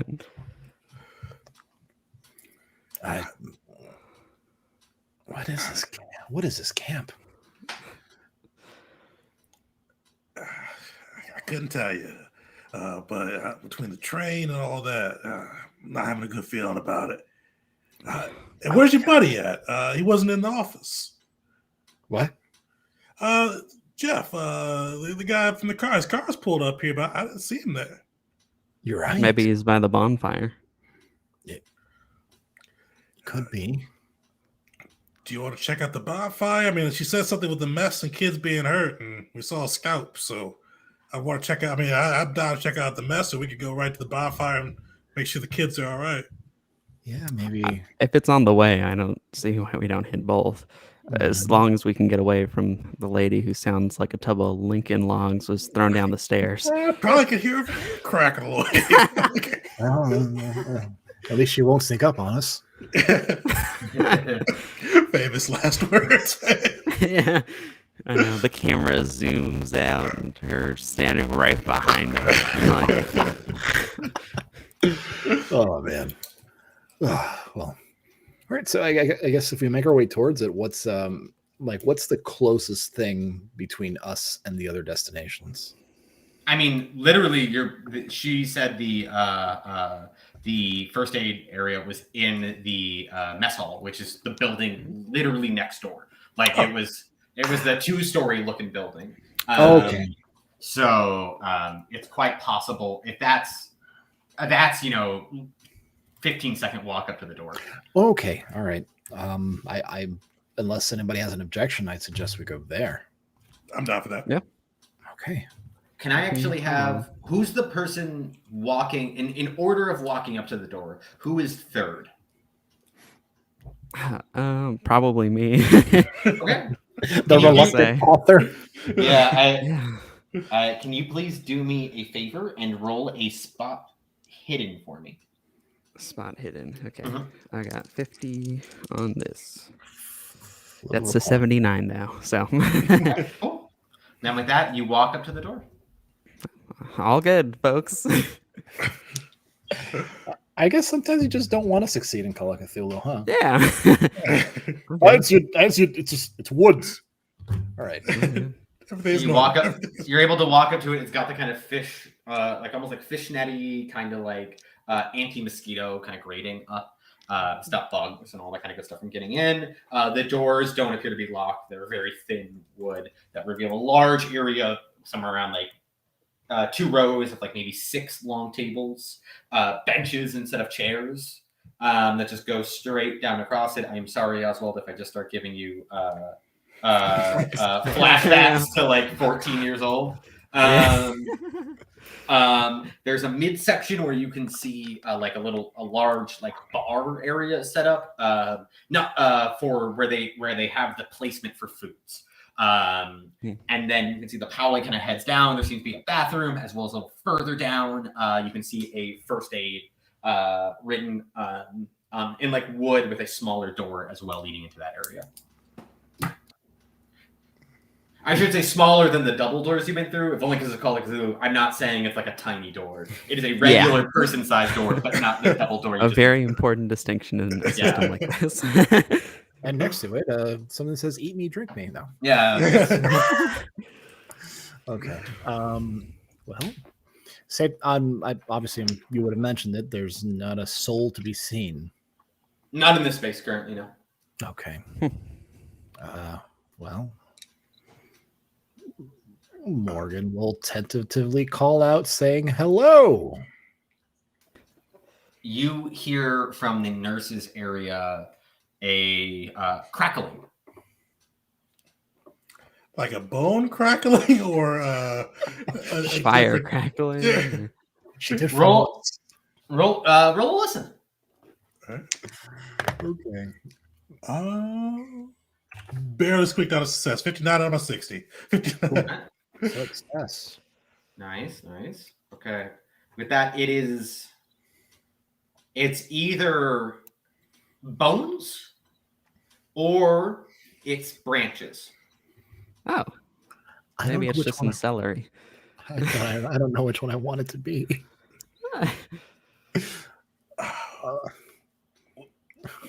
Well, you gotta get a little quiet. Either Nancy followed us or somebody's cracking twigs in there. I feel like we gotta go check it out. You think it's something in the water here? Well, if they're drinking that syrupy stuff, probably. I can't imagine it's great for the bones. I'll tell you that. It's the opposite of milk. Yeah, exactly. The anti-milk. All right. Well, I guess there's no way to know but knowing. And with that, Morgan will head towards the crackling. Okay. Against my better judgment. Miles follow. Okay. You walk in and you can see what looks to be, it's a normal looking nurse's office for this kind of environment. Kind of a glass case that has a variety of like medicines, bandages, all that kind of good stuff. A couple counters with a variety of stuff kind of partially set out just in case your high need materials. There is a long bench as well as a couple chairs and a sitting on a kind of a raised, like almost flat, like raised flat surface. I'm like a doctor's board. I don't actually know what the right term is for one of those. But like one of those kind of like doctor's things. You can see what looks to be a topiary statue of a person laying out, arms down, legs down, human hair partially flowing out of the top of its head.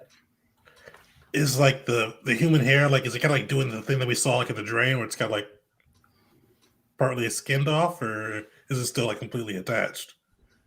If you want to, you're going to go take this is you at the doorway. So like, I'm going to let you go up and examine it if you want, but I want to make sure that's a choice you're making. You cannot tell from here.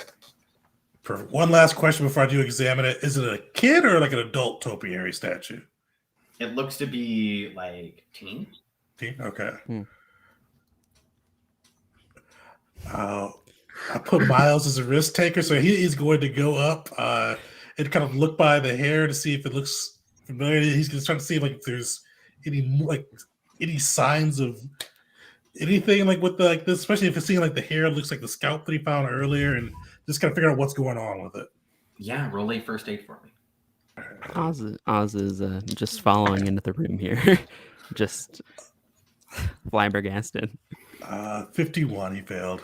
Okay, you look at it and you can't tell, not from like a lack of, you can't tell if it's the same at the very least. That being said, this is still repulsive. As you can see, there are patches missing, hair kind of growing still out of it. This like red, blackish portions where the top layer of skin is gone.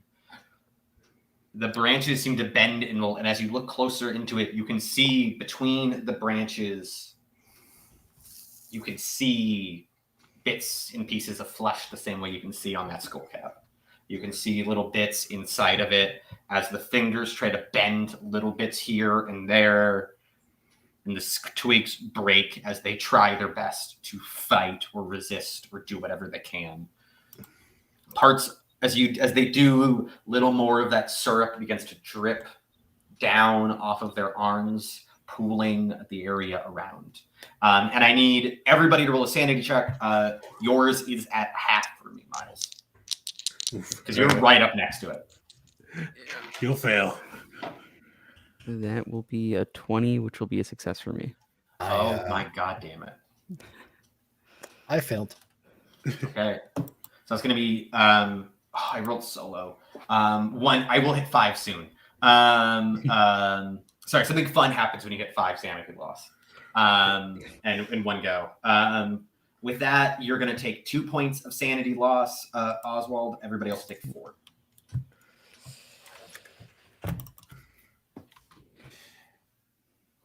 Okay.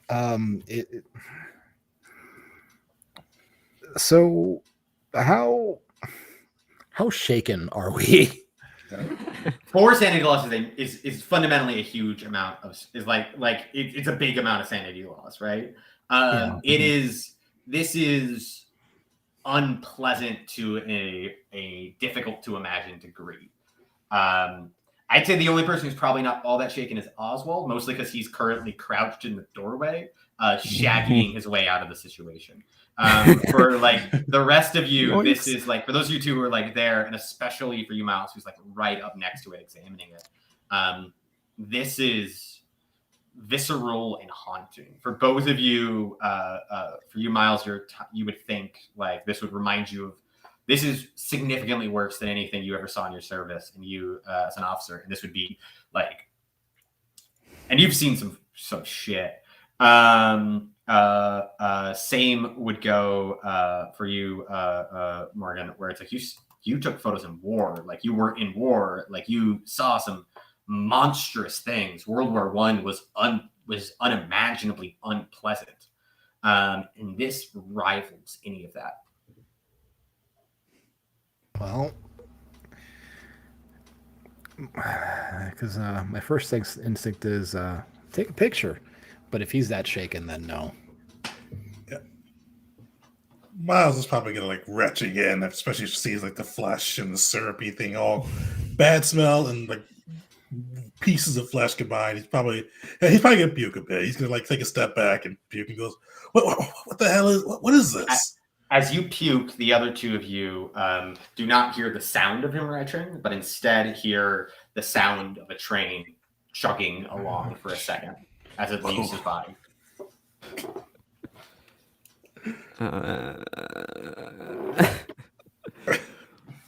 Oz will just sort of look around. Did you swallow a train whistle? What are you talking about? So yeah, he's Mark is going to shake his own head, trying to make sense of the expected noise versus what actually came out. Okay, so sorry to just to understand. Did it sound like the train was coming from outside? Like the sound was that loud, or like it was coming from him? Both. Yout. It was emanating from his mouth and from exterior. Okay, so my train whistle comment still stands. What is going on here? The what I assume is the child that's on that bed / table. Mm-hmm. They're kind of still moving, right? Yep. Oh, and because you said they're creaking too as they move, so making that same like creak crackle that Nancy was. Or is it similar? It's similar. Probably not as It's hard to bad. tell if it's exactly the same. Like there is an innate quality of when you that like as you perceive it making the motions and the sounds that it impacts the way you hear it. Like voices sound different when you see what it's coming from, for instance. This is the same phenomenon. It could be, it's a comparable sound, but that doesn't innately make it the same sound. You're not sure. But you can see it's like fingers bending and like trying to move. It seems like that was probably what you heard as you were walking up, as you reached out.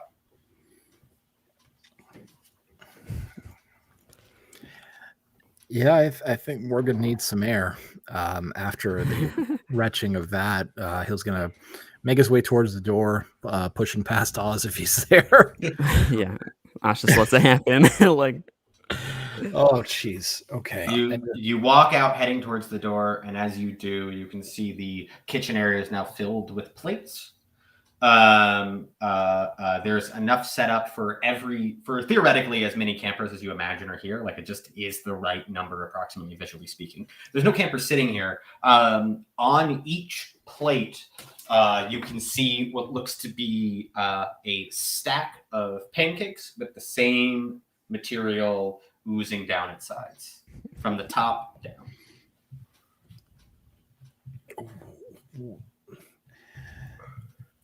Trying to make sense of the spontaneous arrival of plates and hotcakes. I guess because Morgan's on a path of right now. I want to get away from the weird, and I thought this room was not as weird, but it's weird. So he continues on to at least get to the door. Yeah, you're able to, like, the door's easy. You don't have to go through that space. The door's right there. So you're able to just drift or sticking close to the wall and dip out through that door. Yeah, just again, not venturing too far. It's just more of like a kind of like almost like when you get out of like a burning building, you just want fresh air. Like it just like leaning on the door frame itself and kind of just panting, trying to understand what the hell's going on.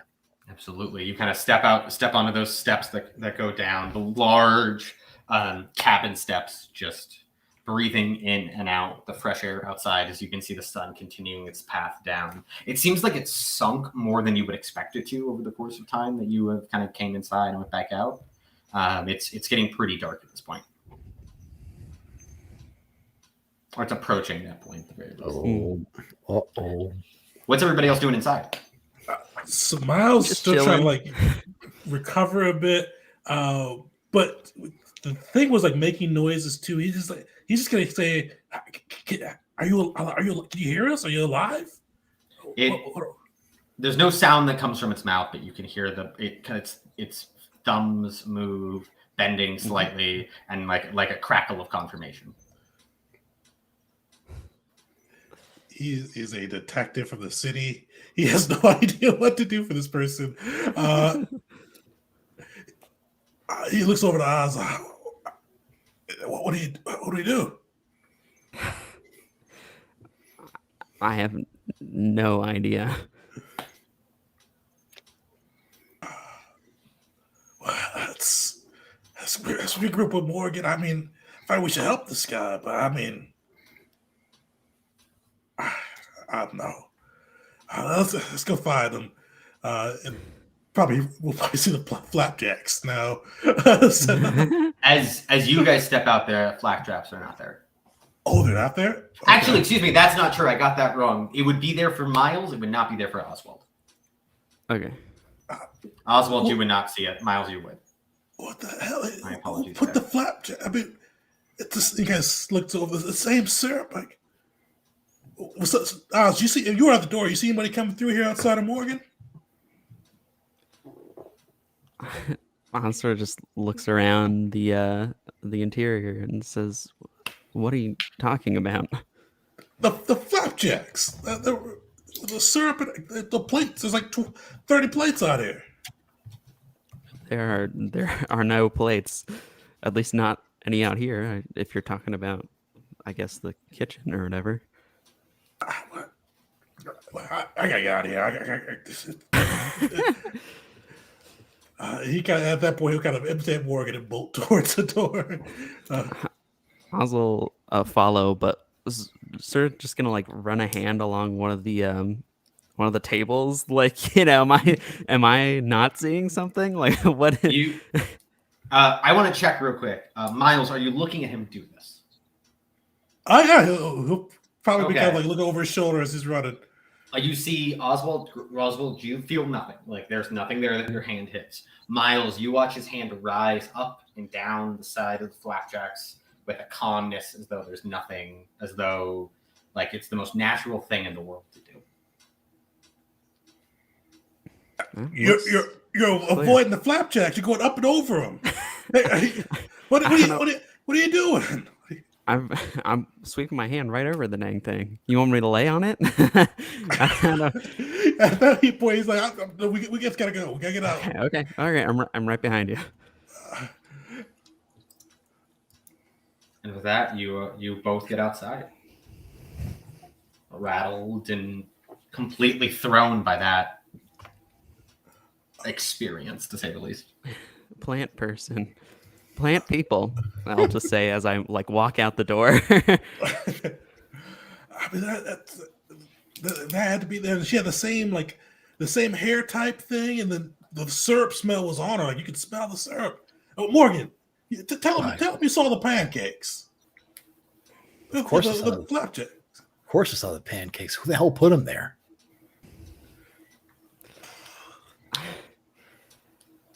He's saying he didn't see them. I didn't. I ran my dang arm over the thing. I didn't feel a dang thing. Honestly, I'm not trying to be combative here. I just didn't see the dang thing. Hold on a sec. Okay, so the mess hall is essentially like you open the door and like you go in through the doors and there's the mess hall. Yeah, you'd be closer to the actual like bar area of the mess hall than the tables. You kind of have to walk over a little bit to get to the tables. You're right next. There's entrances on all sides of the mess hall. Mess hall like this always has like 7 doors in. You've got the one you're next to is right next to the bar, they set the food up and has the hallway that drifts off towards the bathroom and then further down towards the med bay or whatever.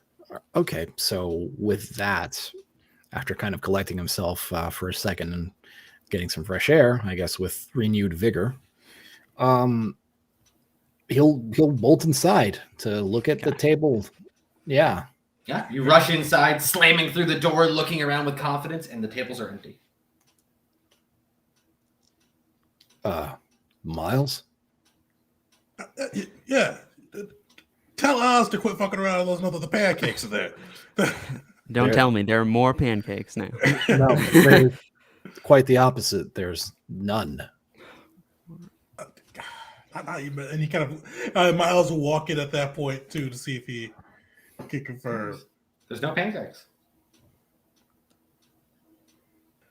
All right. So we got plant people. And Oz, I know you're looking like there's no pancakes, but I swear there were pancakes. No, believe me. I think with all the things we've seen so far, I'm willing to believe that you saw pancakes. Oh no.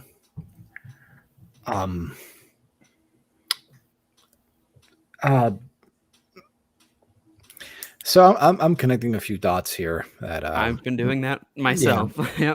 Yep. Yeah. I sort of like hold up my little journal. Now, when we came in, there were a bunch of topiary statues at the front, and that back there on that table, that half person, more plant than person, was starting to look like, oh no. Yep.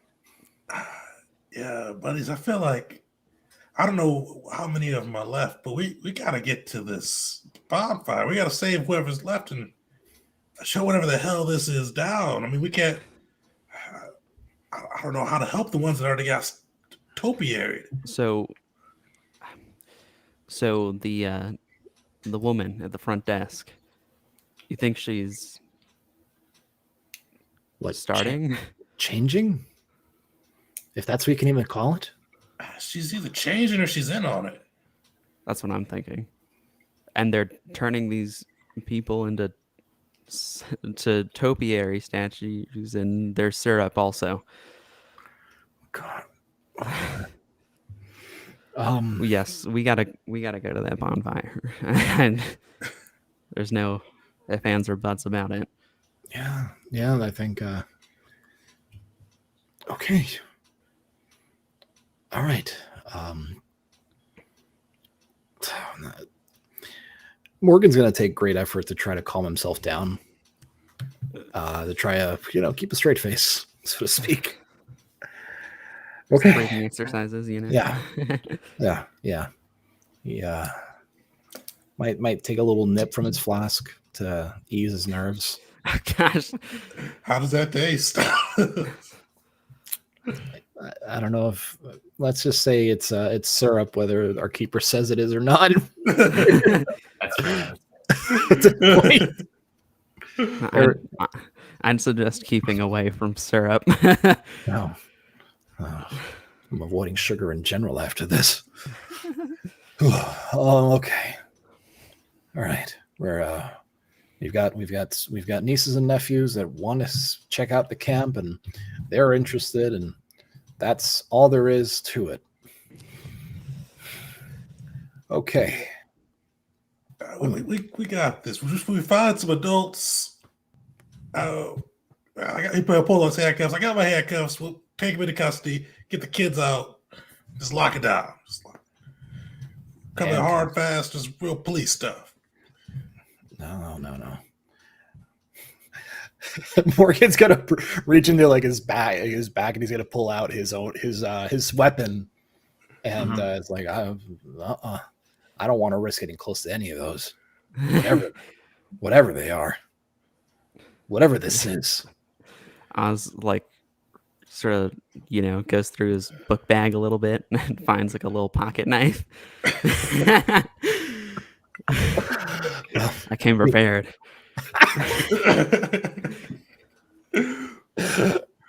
But I appreciate the spirit. Oh, okay. Scouts say always be prepared. Okay. Well, I mean, we gotta give them a chance. We can't just shoot first. But if they walk, I mean, they do something suspicious. Look. I'm just saying we gotta keep him at a distance. Right? That's all I'm saying.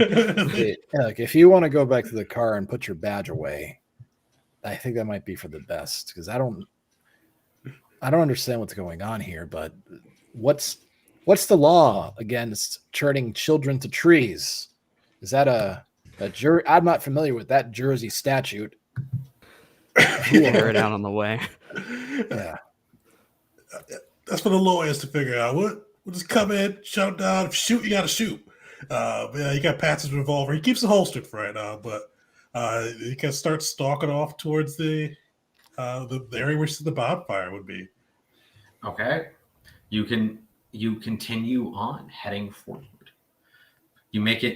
You walk past the buildings there. You walk past the buildings and hit the large field area in front of you. The cabins head off a little bit to the west.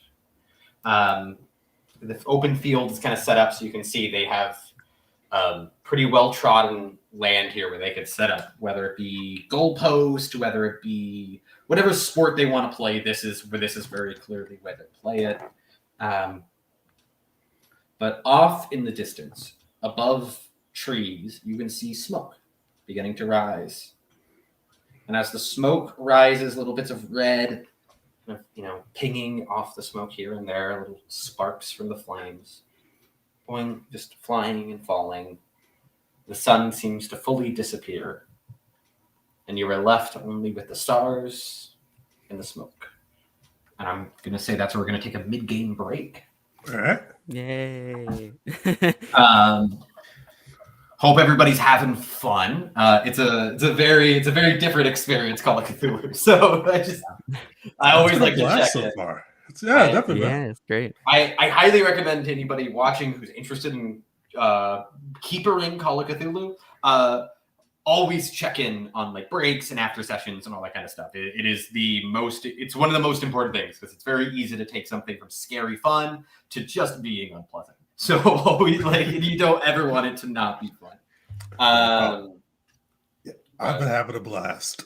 So we'll go to a quick break. Throw Cthulhu, if you have it, into the chat. We've got pretty good crew for this stuff. We've got 13 people in so far. So throw Cthulhu in. Get a chance to win a free PDF copy of the Keeper's Book for your crew, which is the core rule book on that side. And yeah, we'll be back in a bit.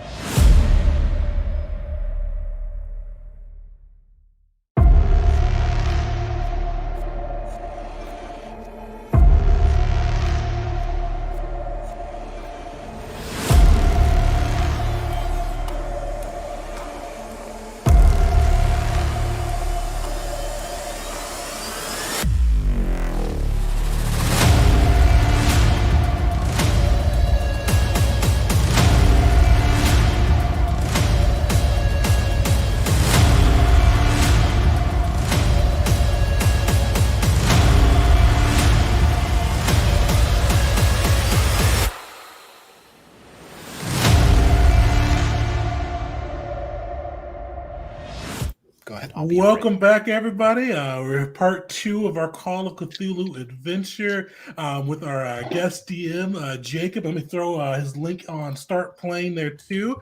I've been having a blast so far, so definitely go check him out and bring him to your table for one of your games. Before we run in, just say throw Cthulhu into the chat for your chance to win a free PDF copy. I think we've got 15. Yeah, we've got 15 people in the running now, so we got a pretty good stack there. And this is a sneak preview for May. I am going back superheroes. So we are running champions hero system for our May game of the month. So I'm looking forward to getting some hero games on. So check that out. But without further ado, back to the story. I'll turn it over to Jacob. Awesome. Then with that, we'll jump back in as the sun has now fully set. You can see a few stars overhead, but they seem dull this evening, vaguely twinkling, but providing no real comfort or support. The smoke a little ways up ahead from the forest somewhere emanates up above the trees with small red dots just floating out and dulling away, floating out and dulling away. You can see the youth cabins off to the side there. A total of about 8. It look like they could probably house somewhere around 20 kids each. You currently stand in the field that whatever for that they can repurpose into whatever sport they're looking to do. The grass, a little damp under your feet. And for 2 of you, you still can't escape that smell of syrup and iron. What do you all want to do? Besides leave? Screw those kids. We're in too deep now. It's worth like that is always a completely valid response to a Call of Cthulhu thing. It's like there's if your characters would leave, you can leave. Like that's allowed. I am a firm believer in the idea that there are no such thing as rails. So if you want to leave right now, you can leave. Well, Apparently, there are not such things as rails. If that train is to be believed, I don't know. Fair enough. Yeah, fair enough. yeah, I mean, no, those poor kids. Yeah, we can't abandon the kids, guys. I mean, we could. well, if we find the kids and they treat people, we're abandoning the kids. We're abandoning those kids. So there's some regular kids. We got to help the regular kids. Yeah, no, I'm all right with that. I guess we should see what this bonfire is all about. Yeah. With that, Morgan's gonna just like hawk a loogie essentially in an attempt to get rid of the lodge taste in his mouth. Yeah, you're able to do that. As you do, that same syrup kind of spits out of your mouth, landing down into the grass below. You can feel like a trickling down your throat as well after doing that. Looks like you've been chewing chew. Yeah, I'm not a big chew guy. Oh my god. I hope whatever that wasn't enough to. Never mind. Let's go see what's going on with that bonfire. Yeah. Let's scope it out. Let's see if we can. Hopefully, if we see them before they see us. Yeah. I definitely agree. I think Oz would be looking to, not exactly just walk right down the road and be like, hey, Yeah. That'd be usually Miles' prerogative there, but he's a little freaked out, so he's like he's not gonna be loud and he's just going in quiet. Just a little freaked out. You all can roll stealth checks then if you want to try to quietly, stealthily maneuver your way forward. Yeah, we could. If it meets the number for the roll, does it beat it or? Yes. Hooray! Equal to or less than. Okay, hooray for 50.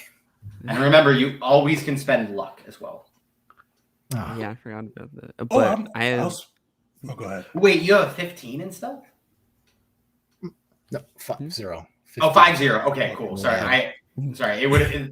I just had to check. Sorry, my apologies. No, I know the baseline's 20, so yeah, that would be weird. You're terrible at it. I am going to spend 5 points of luck to push myself to the 20. Okay. I got an 11, so I'm good. One day you will fail a roll, and I will be. I promise. It's not a standing. I know we can't see you, but I'm sure you're rubbing your hands together. One of these days, boy. I have plans on plans on plans. The machinations. But with that, you all are able to kind of crouch down a little bit and just start slowly working your way forward. It's pretty dark, so it's not too hard to lower your bodies enough where you're not attracting too much light to you. You're not wearing bright clothing or anything like that, so it's relatively easy, all things considered, for you to continue to eke your way forward across the field. Okay. As you do so, you can hear what sounds like a train whistle emanating from inside of the forest in the direction that you're heading. All right, so I still don't see any train tracks, but you guys heard that whistle this time, right? Yep. I have think we've heard it every time. Afraid so. Well, I heard it with you this time. Luckily, I no puke. So Yeah. Yeah, don't do that again. Can we hear the chanting from our distance? No. Okay. You just hear you can just hear a train whistle currently. Okay. Well,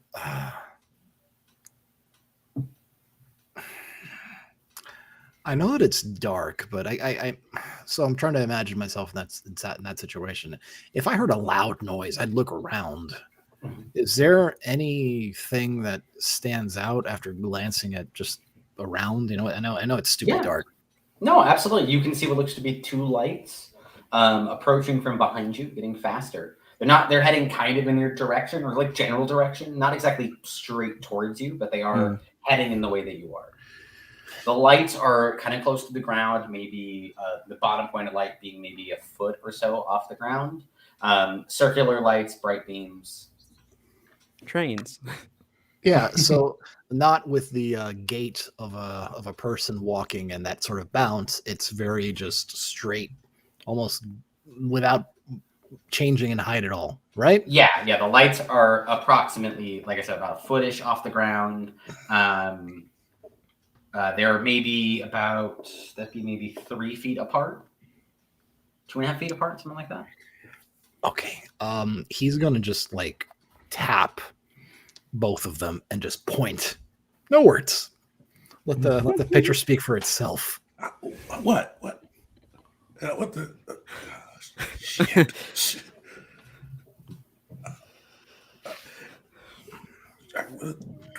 Kind of slow. I mean, it's not heading right at us. We just kind of move a little bit out of the way. I was about to say, I also just start moving out of the way, basically. Yeah, you guys are able to pivot off to the side, and you see the Ford drive past you.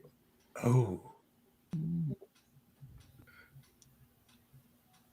Heading like it doesn't stop. It doesn't seem to notice you. It just keeps on going past. All right. Well, your friend's back. Yeah. All right. Do we want to follow him?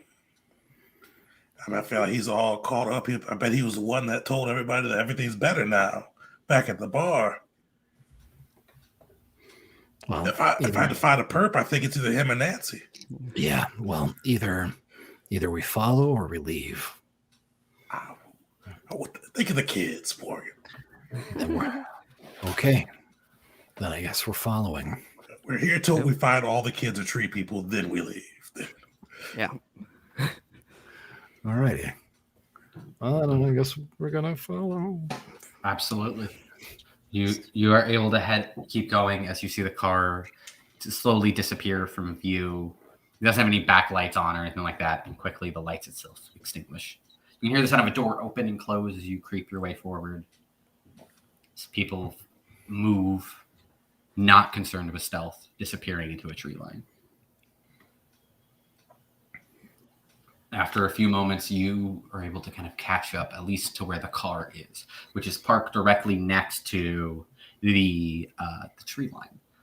The trees are dense and thick, foliage kind of bending around, blocking most light. Ahead of you, though, little bits of red here and there still sparkle through from what's clearly a massive, massive bonfire. The car itself sits there quietly, no noise. The engine is not on. But you can feel a little bit of heat still emanating from it. It was just recently driven. Yeah. Against Morgan's better judgment, he's going to take a look inside the car. Okay. Reluctantly as it can be. You look inside the car, and the car is currently empty. All right. No gun, no creepy little thumb seeds. Nope. Any keys in there?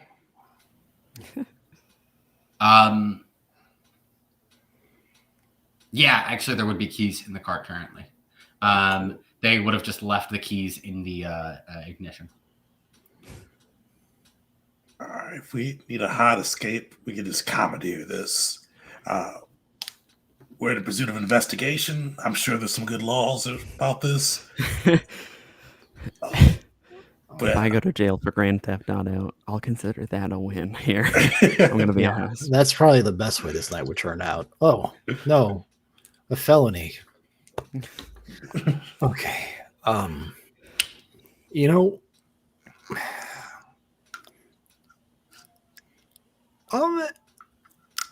whatever. Inspiration striking me. Okay, so let's take those keys out of the ignition I and was just about to suggest that. yeah, and put them somewhere else.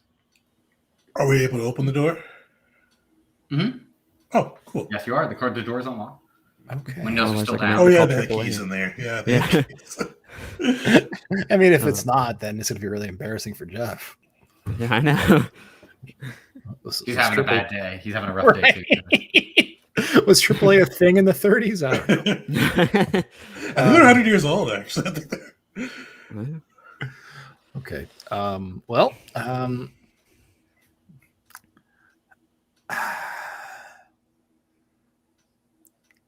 So let's take the keys out and Put them in my pocket. I don't care. okay, yeah, here you go. Yeah. I mean, if things go down and we're shooting, I don't expect you to throw your pocket knife at him. You run back to the car. Yeah. I'll do that. Okay. Yeah, we got to get you a gun next time. Morgan, you said you had like a service rifle, right? No, it's a Colt, the 45 automatic. Oh, okay. So yeah, we both have pistols then. Okay. Yeah. Yeah. I just imagine just strolling into a town like a rifle shouldered gentleman. I'm here. Open carry. Yeah. But, all right. Well, Miles look around and be like, all right, well, I heard multiple people get out the car doors. So Whoa. Jeff has friends or Nancy's with him.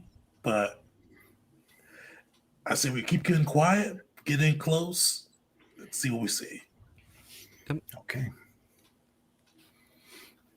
Okay. Gonna keep working your way towards that tree line. Start working your way in. Yeah. As you do, Miles and Morgan,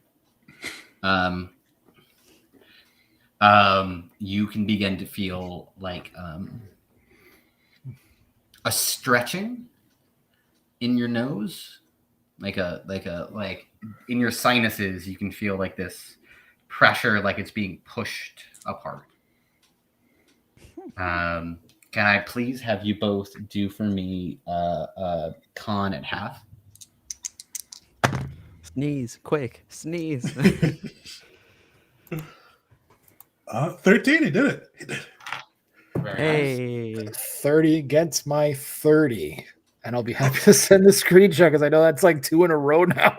No, you both deserve it. You each only take 1 point of damage to your hit points.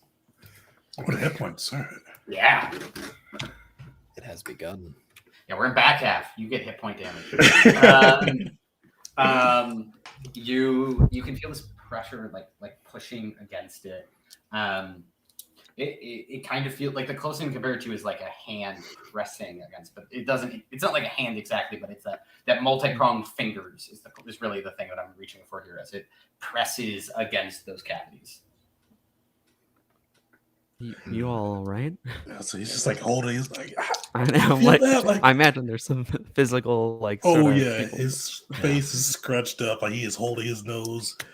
I don't know. I was saying somebody hit me in the nose, but I don't even know how to describe that. It feels like my nose is about to explode. I don't know. Morgan? Yeah, me too. Oh, no. Must be burning something. Yeah. Yeah, why'd you tell me to sniff that thing? I don't have a good answer for you. Okay. Well, we got to keep pressing on, though. Just stay open. I don't even know what to say there. Okay. All right. Do you want to take the lead, or He pauses for a moment and he goes, Yeah, I guess I'll take point. Okay. Okay. As you pivot into front, you continue marching your way forward. And at this point, you can begin to hear chanting. Chanting mixed with crackling. What languages does everybody speak? Is it only English? Did anybody take just another French. language?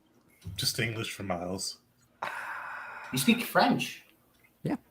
Okay. I think. If you didn't, it'd be under skills under language. If you didn't take anything, you didn't. Mhm. Okay. Then with French, then it isn't French, but you would it's in. Can you actually do a French roll for me? Yeah, I did not think this was gonna happen. Sure, I can. Okay. How does luck work by chance? Because that was You can spend luck to bring yourself to a success. Okay. So I have French at a 22 and I got a 30. So I can spend 8 and get it up, right? Yes, you can. Okay. Just making sure. I'm like, okay, cool. Then yeah, I will spend that luck and use my French skills. Okay. With that, you are confident that whatever language they're speaking is not from a romantic root. Okay. You don't recognize the language, especially when a language that you don't know is chanted. A lot of the identifying factors are lost, to be completely frank. I don't know if anyone's ever listened to Gregorian chants, but I have no idea what actual language they're singing that in. But I'm sure if I were to hear it spoken, I'd be like, I got some ideas.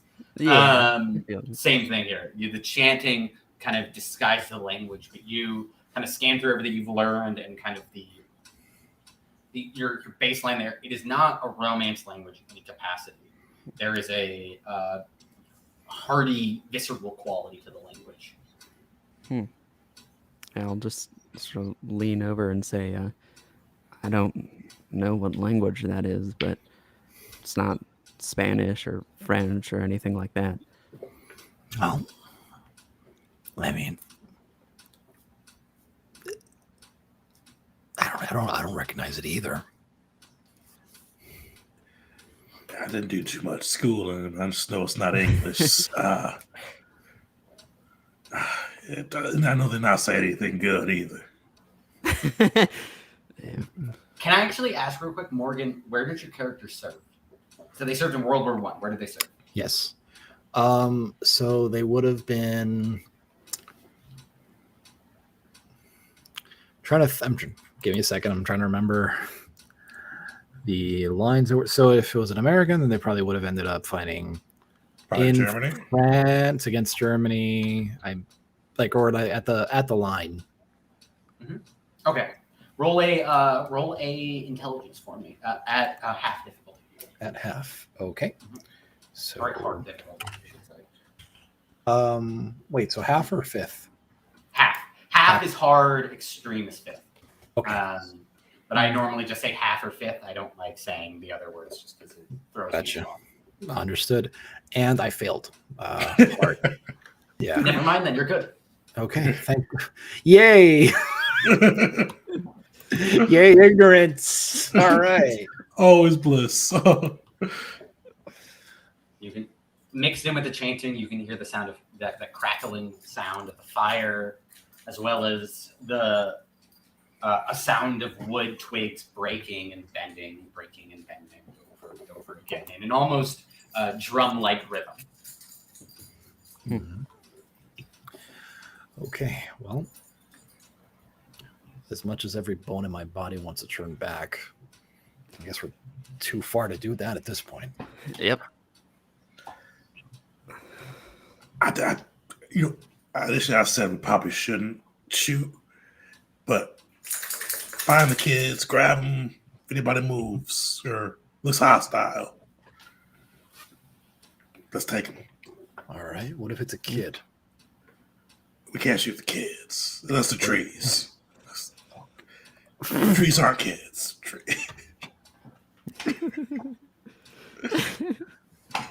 All right. I'll wait for you to shoot the first shot. You kind of nod solemnly.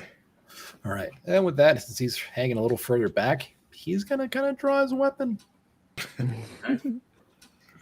As you do, can I have you and Oswald please do listen checks?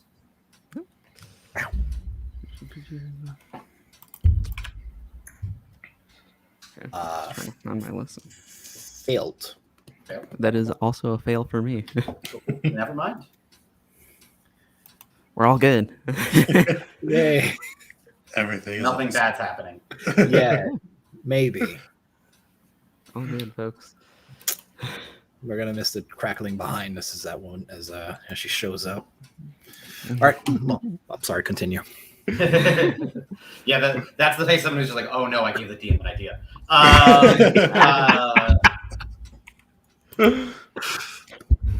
You all are able to maintain your stealth. I'm not gonna make you reroll or anything like that. Even the break you took there.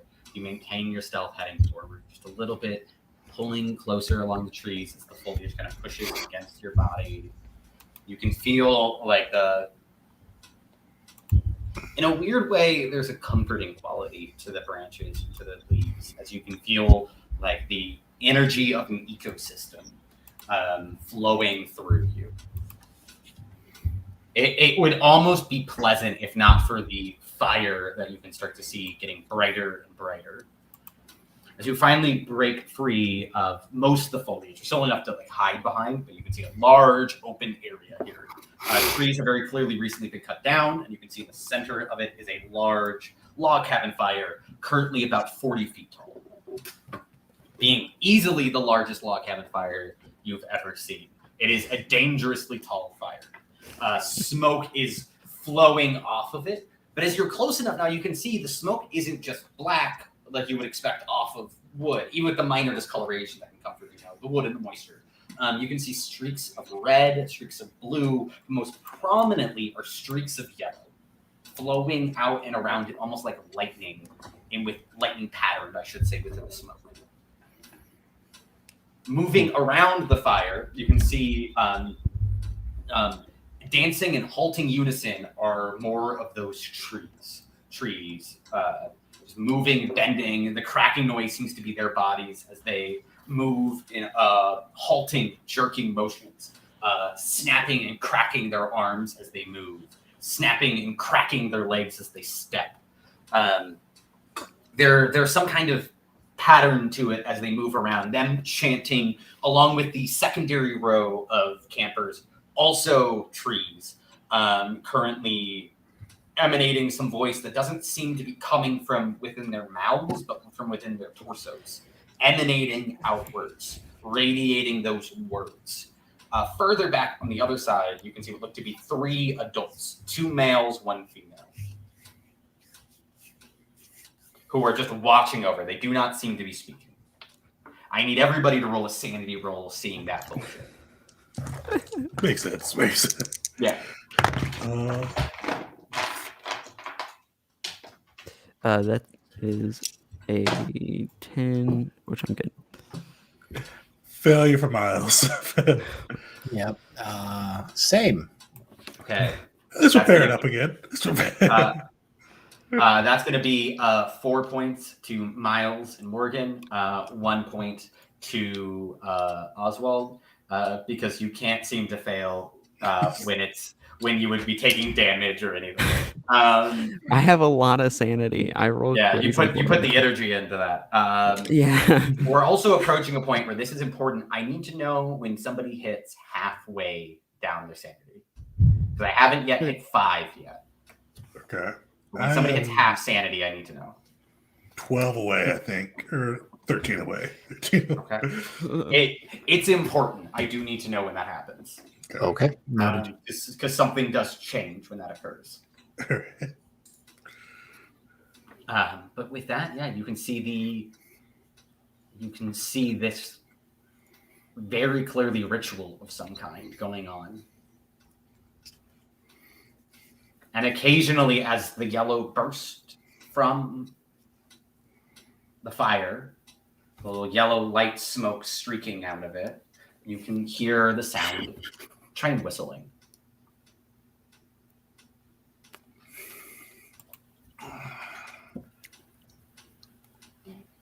What are you all going to do? We don't see like any outside of like the dancing trees. We don't see any kids, right? No, you see no like what you would expect kids to look like. You don't see that. You do see what amounts to probably about 40 tree sonas, I'll say, tree people, whatever.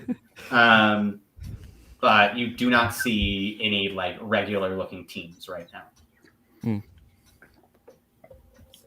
And then those three people. They could be tall teens, I guess. Hard to tell. Yeah, I guess that's fair. So, But I'm just gonna say they're probably not tall teens. Yeah. I bet one of them's Jeff. I say we can't do much with dancing trees, but I feel like we could stop Jeff. I feel like we try to sneak up on him and see if we can get some answers out of him. I don't want to get anything out of him. I'm thinking we put something in him. Something with a sharp metal point at a distance. I don't know. This is all too. What is this? I'm here for missing children. I'm not a botanist. We live in the US of A, and hopefully our scientists can figure out how to debotanize them. I don't know, but we got to do something for these. These are our kids. No, they're not. Listen, my thing is I'm not very stealthy. I'll tell you that. I know what I'm good at, and what I'm good at is writing books. Yeah, and I take pictures. What are we doing here? Well, I mean, that's a lot of questions. I don't know. We gotta save the kids. Jeff seemed like a bad guy. I thought maybe we could just maybe we can wake him, like shoot him in the knee, and then he wants to answer our questions. All right. If by knee you mean face. Well, I guess I do. Yeah, because what is this? What are they doing? What are they getting out of this? This is weird witchcraft nonsense. Turning kids into trees. For what? Either way, let's just break it up. They come at us. We bolt. I don't know what else to say here. Yeah. So, okay, hold on. I'm not good at sneaking either, but maybe I'll run out there and yell out some shit. And you guys. What if we just play really stupid? Right? Like, wow, those are really great costumes. And maybe they'll just, I don't know. Think they'll stop? They wanted us to observe and not interfere. If we do just that, maybe we can find out more. Listen, I think either way we're going to get found out here in a second. So I don't see why we don't say, hey, wow, Nancy, this is someplace. All right. Maybe the drink talking, but I mean, it sounds like a good idea. Well, I can play dumb. I played dumb my whole life, so. All right. I'm going to holster my weapon. There's wolves out there. So sorry about that, Mike. Oh, no. Okay. That's not mine. You're fine, man. Okay. Okay. With that, Morgan will holster his gun and. Oh God. Okay.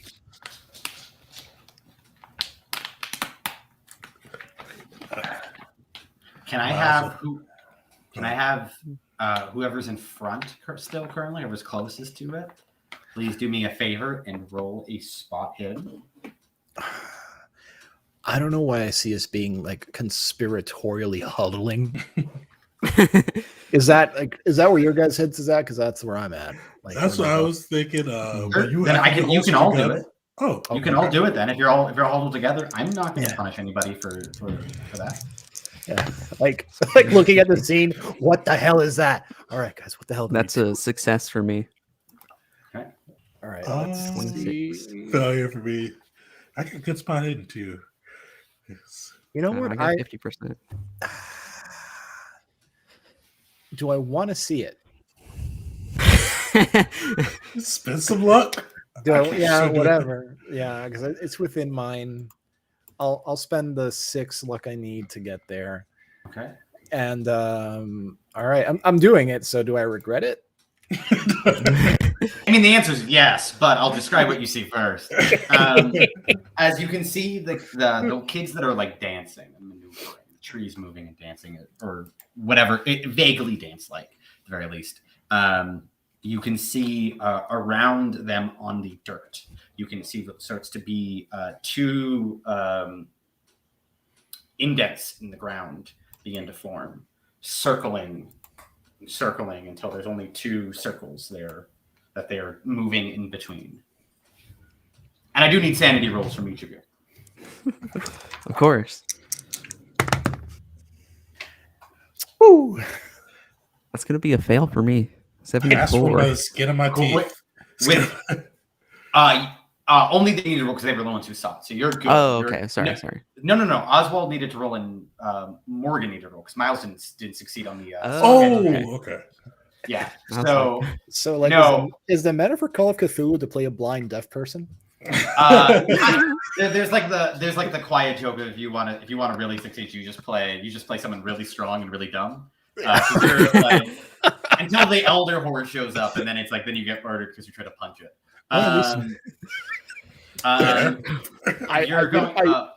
Morgan's gonna take 1. Oswald, you're gonna take 3.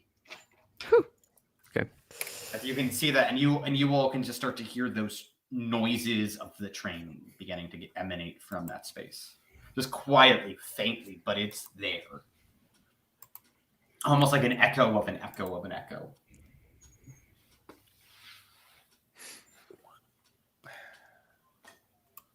What is it with these people and their damn trains? Okay. So are we gonna? Is the play stupid plan? I'll say it. I'll do it if we're going to. I think it's our best play. Just keep your hand ready, and if they do anything crazy, we draw on them. Whew. This is some bonfire. Wait, are you just walking up and saying that? If I understand it properly, you just walk up and go, "This is some bonfire." I'm from from the tree line or whatever. I just started got my arms folded. I'm like, wow. I mean, that's a fast talk if I ever heard a fast talk. Go for it. Please make a fast talk roll for me as you say that. I'm not good at this one either. Okay, so that's a 19. I'll add the 4 that I need to.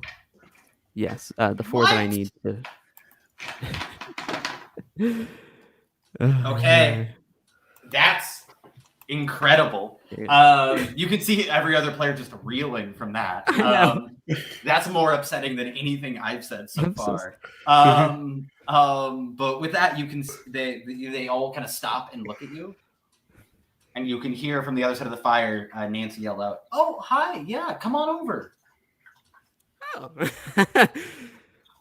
Are your friends with you? Yeah, well, I'm right here. As you said, mighty fine bonfire. Yeah. Okay. Perfect. Wild costumes.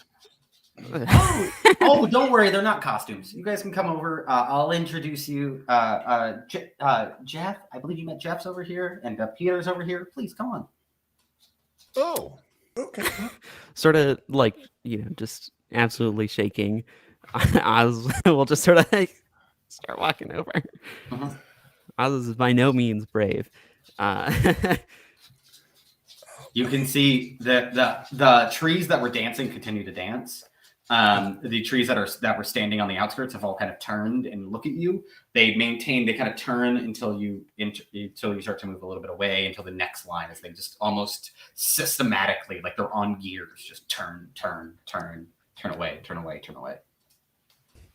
As you get over to the other side, you can see there's Nancy, there's Jeff, and there's a gentleman you haven't met yet, who she said is Peter. Peter is an older gentleman, about like 60-ish years old, early to mid 60s. Incredibly short hair that is like just 1 degree above a buzz. He probably keeps it a buzz, but hasn't cut it yet, or hasn't cut it recently. He's wearing a surprisingly nice suit, black jacket that's kind of buttoned once in the middle with some sort of white button-down shirt underneath. It has very large collar that goes down a little ways, black pants, and very nice black shoes. Thin mustache over his lip. Welcome. I'm so happy to have you. It's a pleasure. Yeah. Thank you. I guess we're happy to be here. So you said there's not costumes, and you're sure on that one? And Nancy's just like, oh yeah, no, they're not costumes. Do you think they'd be so successful if they were costumes? And as she gestures out with her arm, you can just hear the pop, pop, pop, pop, pop down the line. That's still very unpleasant. So you said they're successful. What are they doing? Oh, Peter kind of steps into this one. Well, they must be provided a means of being a goal to work for. The youth in this country struggle because they have no sense of community. So I have given them their heritage back. You're can you elaborate on that just a tiny amount, please? Their We're heritage? simple people. You gotta make that. Just explain it to us like we're 5. They are.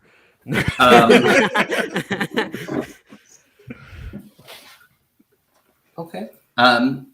It looks like some of you have already begun the process of experiencing it. I can aid you in that if you'd like, and it can kind of clean things up for you.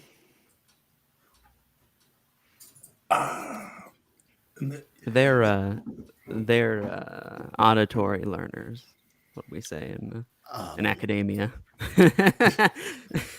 I'm going to need one more fast talk roll. It's not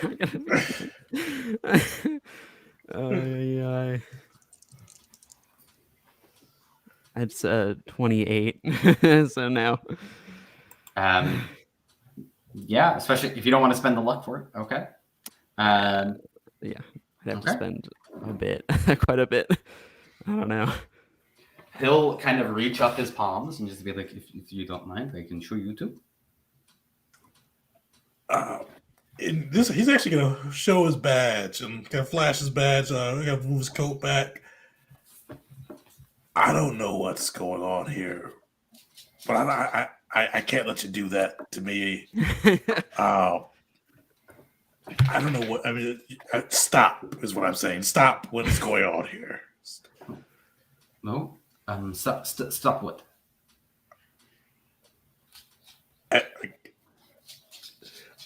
So you gave them community, Yes. but they're trees now. Yes. I don't understand what the confusion is. Okay. I do understand you are simple people, but I'm not used to dealing with such simple people. I can show you. That's the easiest way. Well, you get used to dealing with simple people, and simple people will ask simple questions. Like, so hypothetically, if you showed us, could you reverse it? Could you stop, kind of turn it backwards if we don't like it? I mean, I can. Showing you will neither help nor hurt the process. It is just something that will happen.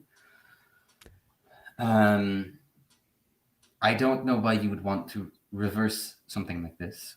Why you would want to stay simple in the way that you are. Simplicity in this kind is a disease that should be stamped out. I am with you 100%. However, I feel like I am, by the way, I'm just pulling this out of my butt.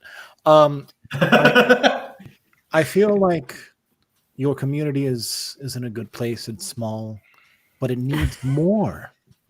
And moving amongst the world as a simple person would allow me greater access.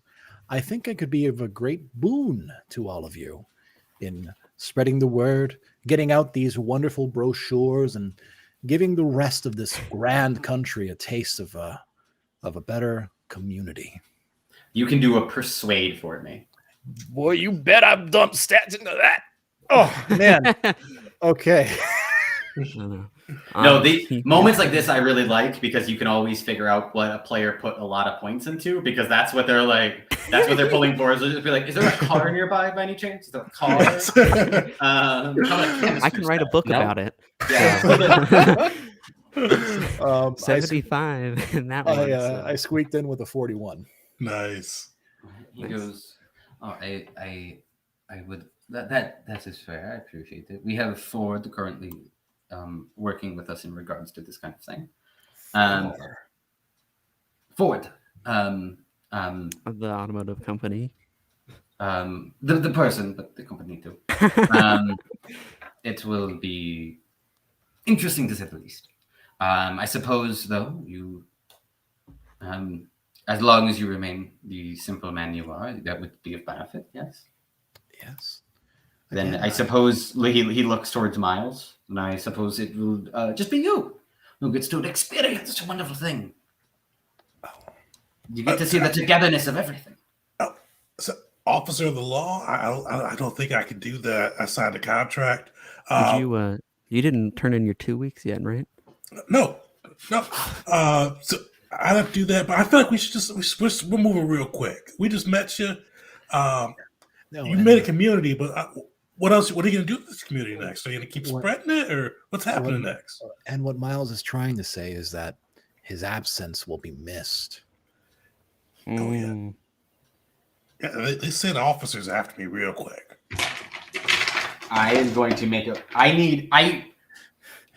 need you to also make a persuasion check for me, Miles. Oh, he's good at that too. He's good. Okay, because you're no longer on the service. So here's the question: you're retired. Let's see if you gotta convince him that you're still on the force. Oh no, he's not gonna persuade. He's gonna fast talk shit. He's gonna. He got a 16, but he's gonna spend 6 luck points to bring that down to a 10. Absolutely. Okay. He kind of like he smiles a little bit just because it seems. Well, then I suppose it just makes sense for the one person who's not simple to experience this. You can maintain your simplicity. Will allow someone with the experience necessary to understand. And can I have can I be at Nate here? Can I please just have you do a dodge check for me, Oswald? Yeah. I'll try. I got luck for an. Oh, I got a 30 on the dot. Nice. I'm assuming that's a success. God damn. Yes, so it will be just a success. You barely eke your way out as Jeff tries to grab his arm around your throat, and you just kind of duck down, just like doing the just like out of fear, just like trying to like scrunch your body down. Your head getting pushed a little bit by his elbow, but you're free as you can look around back and forth. Yeah, Oz is Come on, buddy. is already hand in pocket with with the knife out. He's not going down like this, dog. So see them reach for the Miles is gonna draw too, I'm. Do you all really want to do this? Is this really what we want? What we want? No, but I'm not a fan of being a tree person. So, but I should really you should stop the process on me. Thanks. The sound of the train gets louder and louder. Begins to emanate louder and louder, and as it does, you can see that those dancing, one by one, flatten, like they have just been run over. Cracking noises, they are crushed down, flat surfaces, pancake in front of pancake in front of pancake. Their body, the syrupy substance you saw before, leaking out from it. And I do need everybody to roll a sanity check for me, please. yeah. Nice, made it through. I did not. I was 2 under, so I made it through. Okay.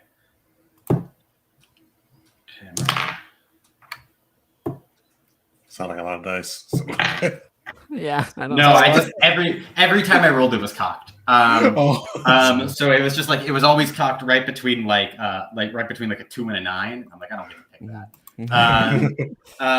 That is going to be Oswald and Miles are going to take 2 points of sanity damage. Morgan, you are going to take 6 points of sanity damage. Oof, you mentioned something about 5 earlier too. I did mention something about 5, which means that you get to trigger a temporary insanity. Uh-oh. So I'm going to it in the book. I'm going to need you to roll a D100 for me, please. That is a 31 for better or ill. Cool. Give you 1 second while I just pull that up. Sample. There we go. 155. Sorry, I have the physical copy. I have the anniversary edition, which I really like. Oh. Nice. Yeah, it's very pretty. Okay, can you do me a favor? Roll a D10 for me now. That is a 2. Roll a D10 again. That is also a 2. Uh-oh. Okay. And roll a D8 for me. D8. Mm-hmm. That is an 8. 8. Awesome. Can I please ask the other 2 players to turn off their headphones for a second? Oh no. Oh, all right. Yep. Okay. With that, as you see them crushing, you see those forms crushing, you can feel a part of your mind just shatter for a moment. As it does so, you find yourself struggling to stand up. For the next 8 real-time minutes, you cannot use your legs. Okay. And can you please do me a favor and gesture for them to come back? Oh yeah. I was watching your facial expression through that, just like. Yeah. Can you describe what they see as that hits? Well, as after the flattening, you kind of see Morgan just fall to the ground. Is that an appropriate response? Yeah, absolutely appropriate response. Okay, so just kind of falls to the ground and starts to like crawl, and it's like he's trying to get himself up, but it's all he can do. He can just push himself up on his arms, and he's looking almost bewildered at like what's going on. And that's the best description of what I can give. That's total. That works for Gabe. All right, cut that out, you. You were muted. We cannot hear you. Yeah. I double muted myself. Shit, boy, we gotta go. Come on, Miles is gonna try to like help lift him up, and Miles is like has his revolver in one hand, is like trying to pull him away if he can. Yeah, you can go ahead. Oz is just focused on the beings around him right now here. Or specifically the ones that look mostly human. Yeah, the three humans just kind of like look a little perplexed more than anything else. Just Peter kind of says, it will happen whether you want it to or not. You can drag his body away, but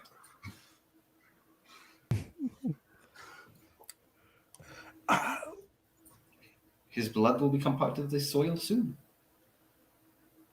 Not this soil. We're out of here, buddy.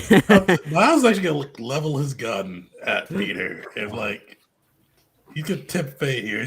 Hey, I said I'm an officer. You stop whatever this happened to Morgan, or I'll shoot. I'll shoot. I'll do it.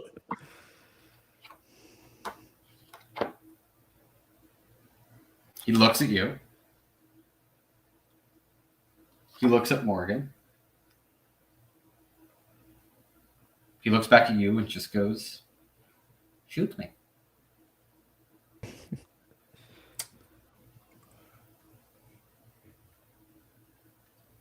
At that, Miles just grabs Morgan and tries to run. He's pointing at a lot of people throughout his time in the force, and nobody ever just really said, "Shoot me!" He's having his Joker moment. Oh, yeah. Yeah. You can start to drag him away. Absolutely. As you do so, you can see some of the kids. The flattened versions begin to you can see the bodies. Greenery begins to grow into the ground, like implanting into the ground, rushing in. And as they do, the second row that weren't dancing, that were guards, it seemed like, begin to pivot up and take the space and begin to maintain the dance as the train begins to get quieter again. Only the whistling from the yellow lightning bolts along the smoke rising up, rising up, rising up.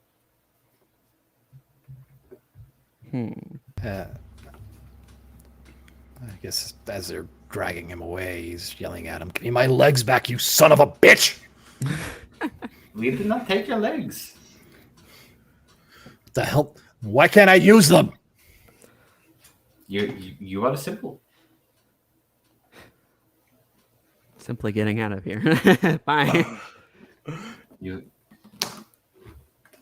When as the last thing you hear is you're dragging him away, kind of entering into the away from this clearing, is just Peter yelling after you.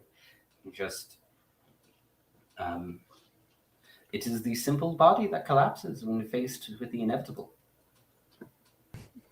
As you hit the trees and you just hear you can smell the smoke still and see that, and you can start to hear the train whistling returning as the dancing continues. What are you all gonna do? This guy wants his community of trees. I said we burn it to the damn ground. I have one idea, but I don't think it's gonna work. I don't think it's gonna work. Well, I'm down for burning it down, but Oz, what are you thinking? I mean,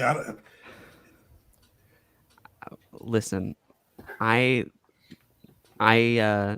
know there's foliage and all that, but I want to take that car and mow down whatever's happening here. They were gonna drive it through. The woods were pretty damn thick. I don't know. That's the only thing I got. Well, you're carrying a tractor in your pocket. I mean, okay. Well, the thing is that car has got gas in it,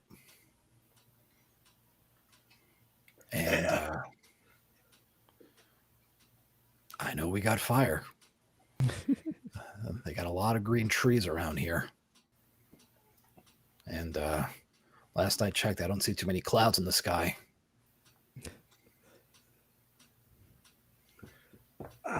I'm down for that.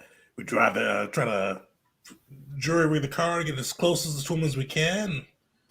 Maybe try to put a little, I don't know, like a shirt, something, put something on fire and put it in the gas tank. Yeah. I mean, there's no kids here enough to save, so I think burning this all to hell would be the best way to go. Yeah. Yep. Yeah. Oh my god. He's still struggling with his legs. Trying to like kind of like massage him, like trying to like get like feeling into him. But buddy, your legs, you could feel them. They're still there. We were just talking to the guy, and all of a sudden, I lost myself, and with it, my ability to stand or even move them. I can see them, but it's like they're not mine. They don't respond to anything. I'm just gonna give it like a nice big thick slap, like nothing.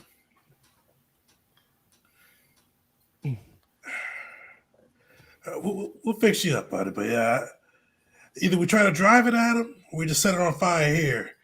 But I said we burn this place down and try to get out of Dodge. Yep. Let's Yeah. that car.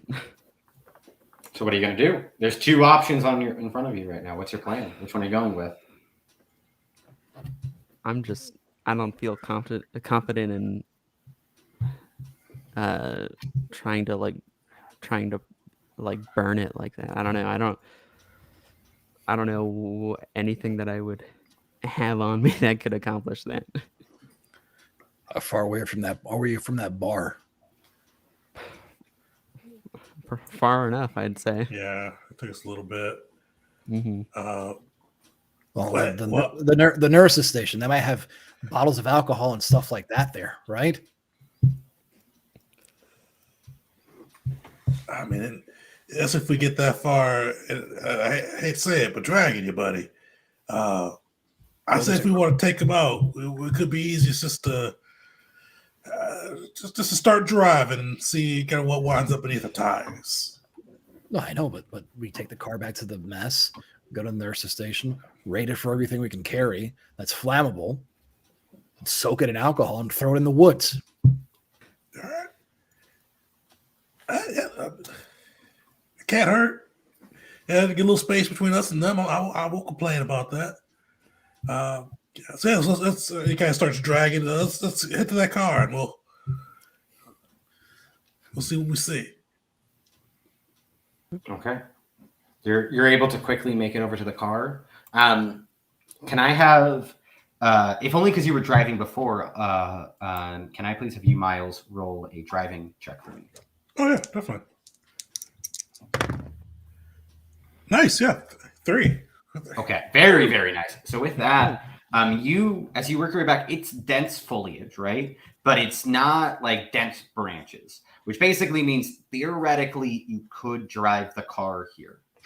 You can't like put a brick on the car and trust it to go the right way. It will hit something. But somebody who's a good driver could theoretically drive it through the woods. That's my vote. You as you work your way back, you can see there's a means of doing this. That being said, I do need both Miles and Morgan as you re-enter the brush to roll con for me. Con this time at 1/5. Oh, 1/5. Oh gosh. It's been 8 minutes, by the way, in case that matters. Yep. So I give you your time limit. However Okay. you want to have it pop back, you can. Okay. Miles fails.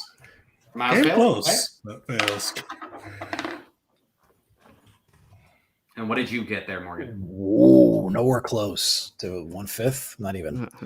You each take 4 points of damage. As you can see, as Oswald, you can see it. The two of you can feel it.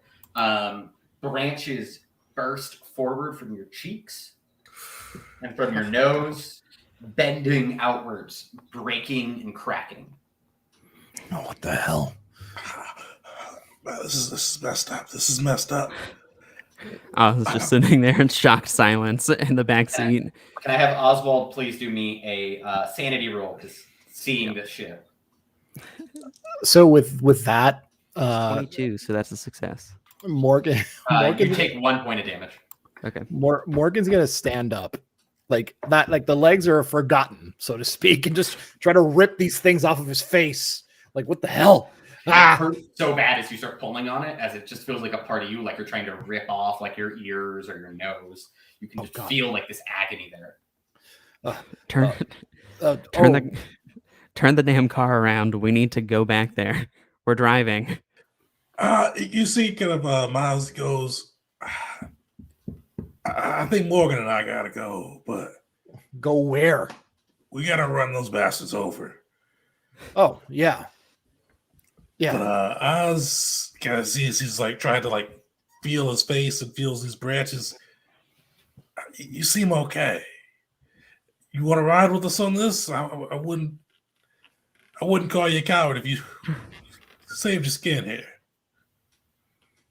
I'm ride or die, baby. He says in a terrible accent. All right. That's fine. So with that, Morgan's going to pull out his 45, inspect it, make sure it's loaded. Let's go. Sweet. Miles will hop in the driver's seat and he'll pass off his revolver over to Oz and say, Take a Yui, let's go. You can, unless you want to throw your pocket knife at him, you can hold this until we're done. Okay. So you all are in the car and you turn the car around and begin heading into the woods, where you're driving the small Ford. Is that correct? Mm-hmm. Okay. And with that, as you begin to move your way forward with this, I do need a driving check one more time. I'm going to say because you got a 3 last time, you get to roll the tens place twice. Oh, nice. It only feels fair in this situation. It does not matter. I got a 90 with a 0, so he's not doing well. Actually, and you rolled 2 9s? No, I got a 90. But I could roll the 4 again, I got a 94. But I could roll the 4. No, again. you roll the tens place twice, not the ones place twice. Oh, the tens place. Okay, sweet. Oh, sweet. I got a 4. Okay, yeah, there we go. Okay, so with that, you are able to the car. You begin guiding the car through it. It's a little slow at first because it's dark as hell. Like it's dense, so you have to kind of carefully maneuver your way from between the trees, eking your way forward. But you are able to find a bit of a straightaway after a few minutes of driving, leading straight down. As you get there, you see another wave of the train sound getting louder and louder and louder, and then crushing, flattening as more of them collapse down, embedded into the earth, becoming one with the land. Can I please have one more sanity check from everybody? Creeping up on that halfway point. I know, I'm very excited. 32 for me, which will still pass. Big fat failure. So to make sure I heard that right, that's Oswald unsurprisingly succeeded and everybody else failed. Okay. I'm so sane. You have no idea. You were going to take 2 points. Everybody else takes 8 points of sanity damage. That's half. That's half. Half is going to trigger. We're going to do half is going to trigger, and that's more than 5, which means temporary triggers as well. So I'm going to do the temporary, and then I'm going to do yours. Does that sound okay? Okay. So then in that case, Miles, please roll a d10 for me. 1. Roll a d10 for me. It's always a good sign. Yeah. I don't know if it's good or bad. 1 again. Okay. Can I have the two of you please remove your headphones for just 1 second? Yep. Everybody but Miles. Yep. Okay. Miles, with that, as you see this, there's a part of this like atrocity happening in front of you. Part of your brain cracks and pops, and you, for the net, starting once I've gone through the full thing with the other player, once I've gone through it with Morgan, you for 1 real-time minute will have amnesia. Your character does not remember how they got here, what is going on. All right. Okay? Cool. So with that, can you give a thumbs up so the other players are going to come back? Okay.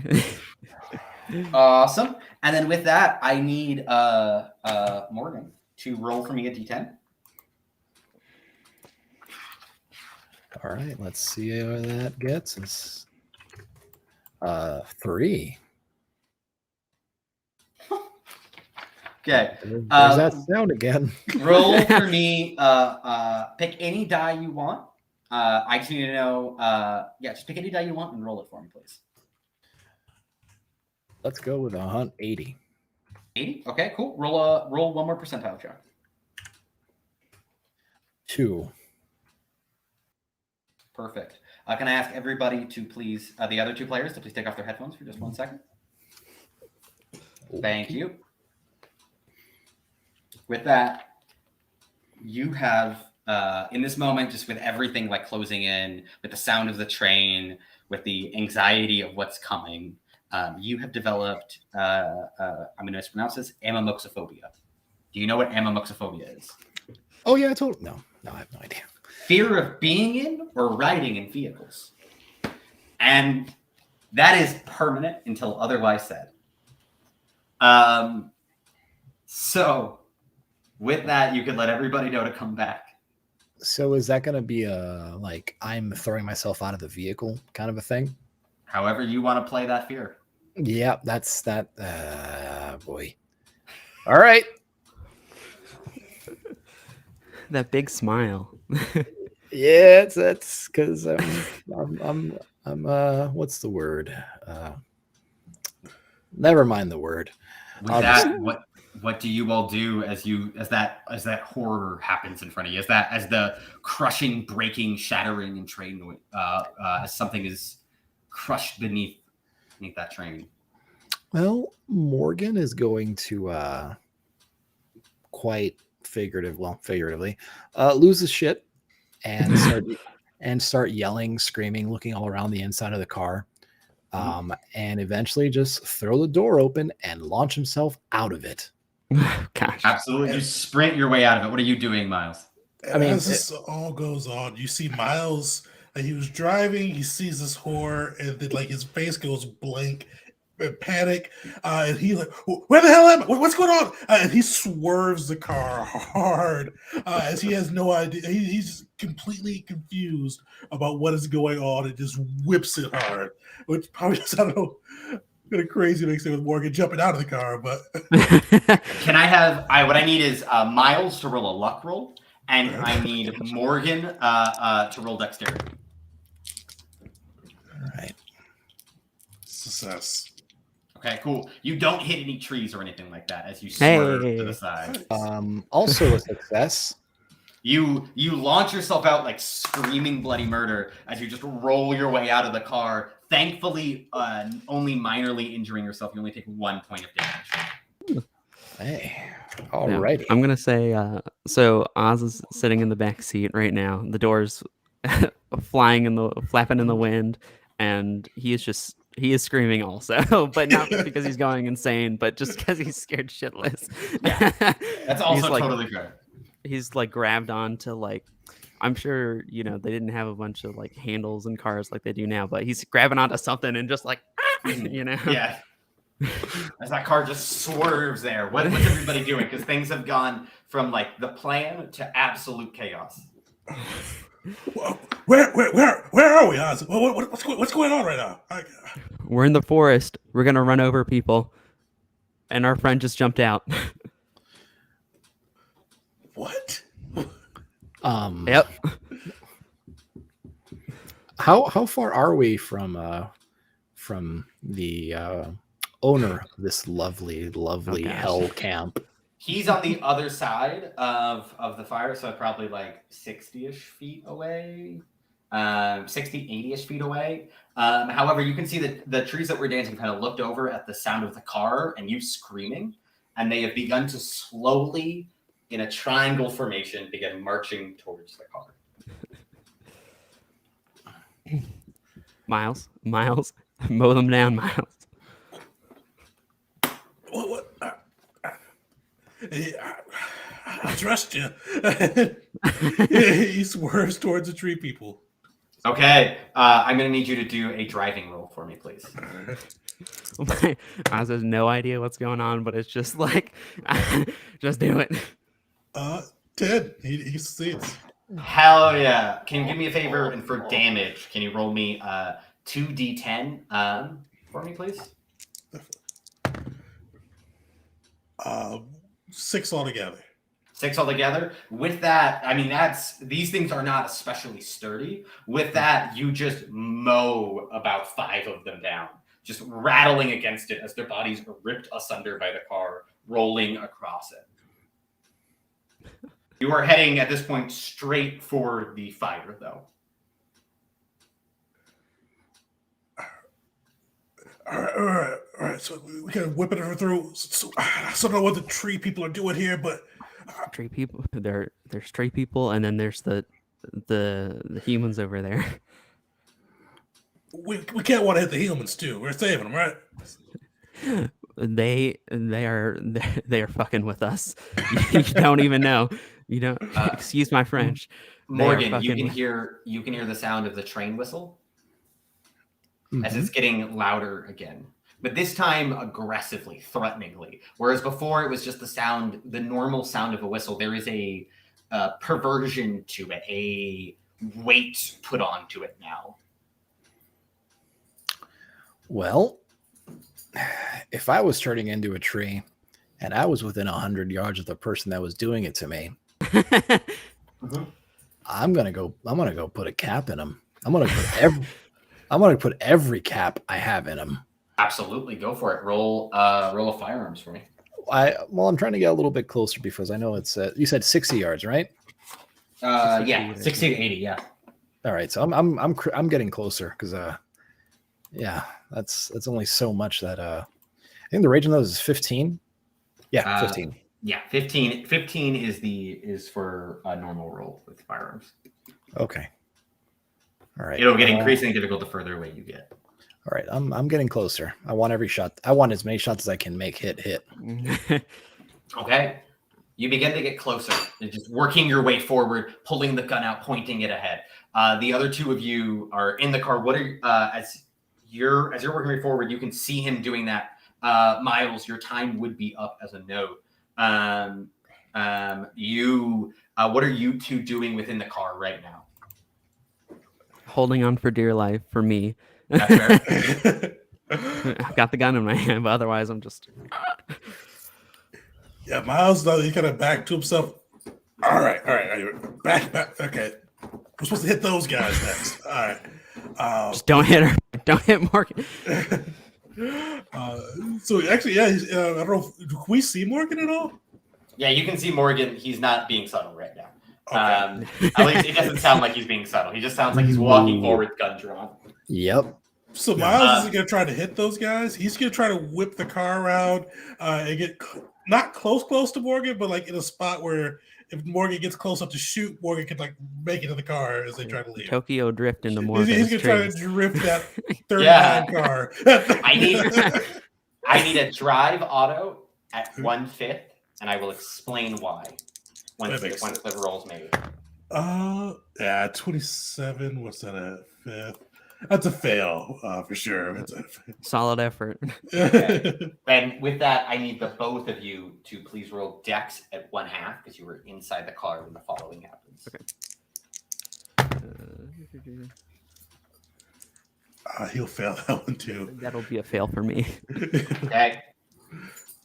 So with that, as you drive your way forward, trying to turn to get him, that whistle getting louder and louder, the car, while not seen, is struck by that train that crushed the others. The car flips and rolls, slamming against the ground, ripping across it. Both of you trying to grip on, but this car is not built for safety. Safety as a concept does not exist yet. You are instead just torn and ripped through. You each are going to take, that's cocked. You each are going to take 12 points of damage.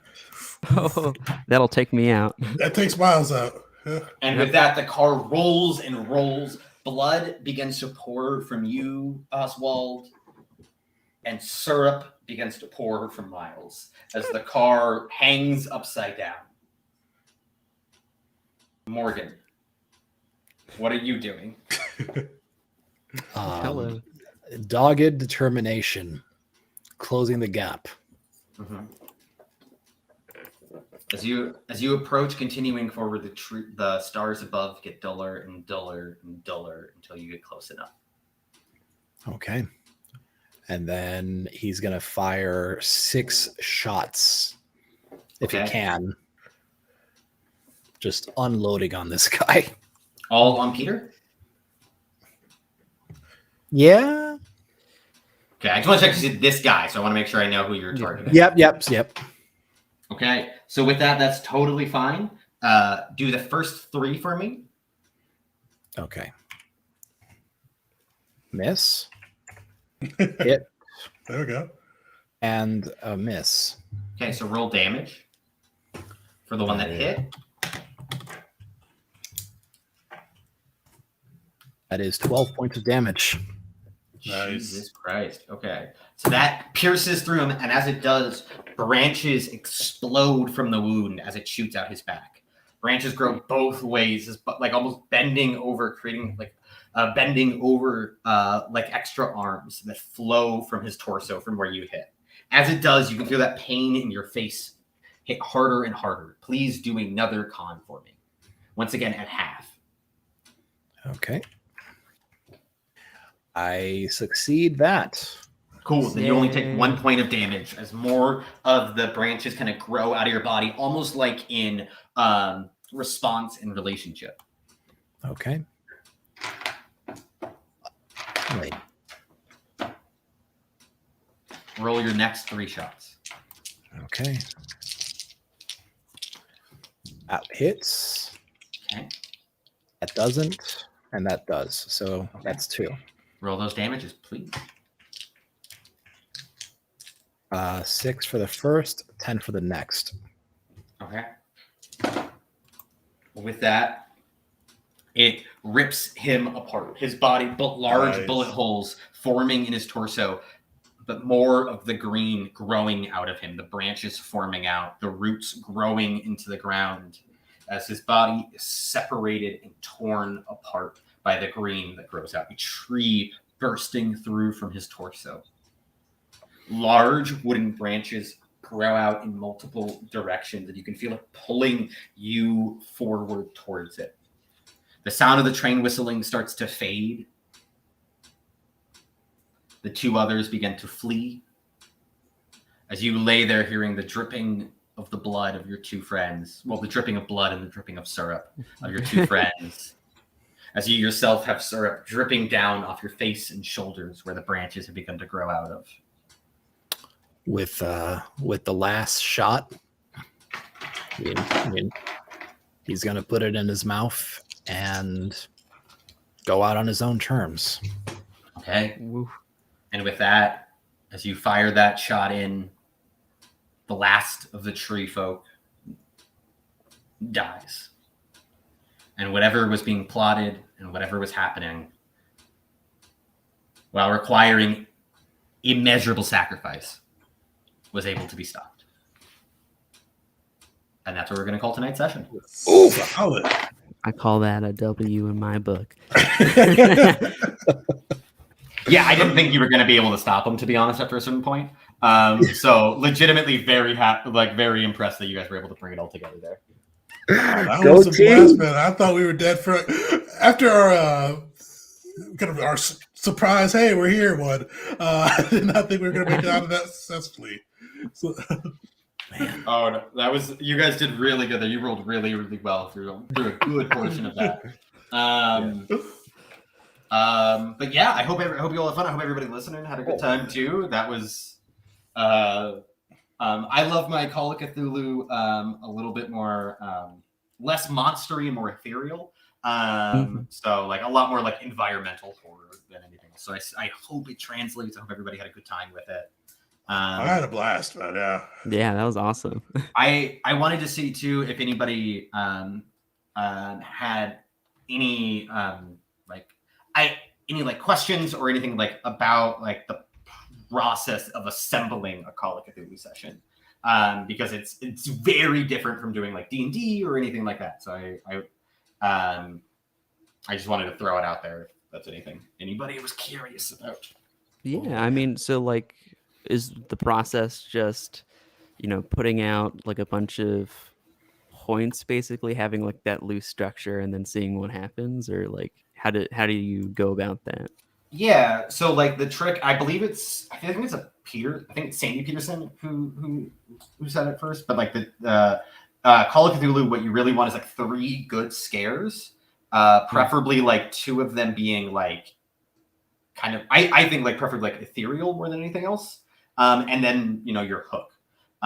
If you have those things, you can generally, once you're comfortable with the system, you can generally make it work, because the players will pick the clues that matter and pick the things they're interested in.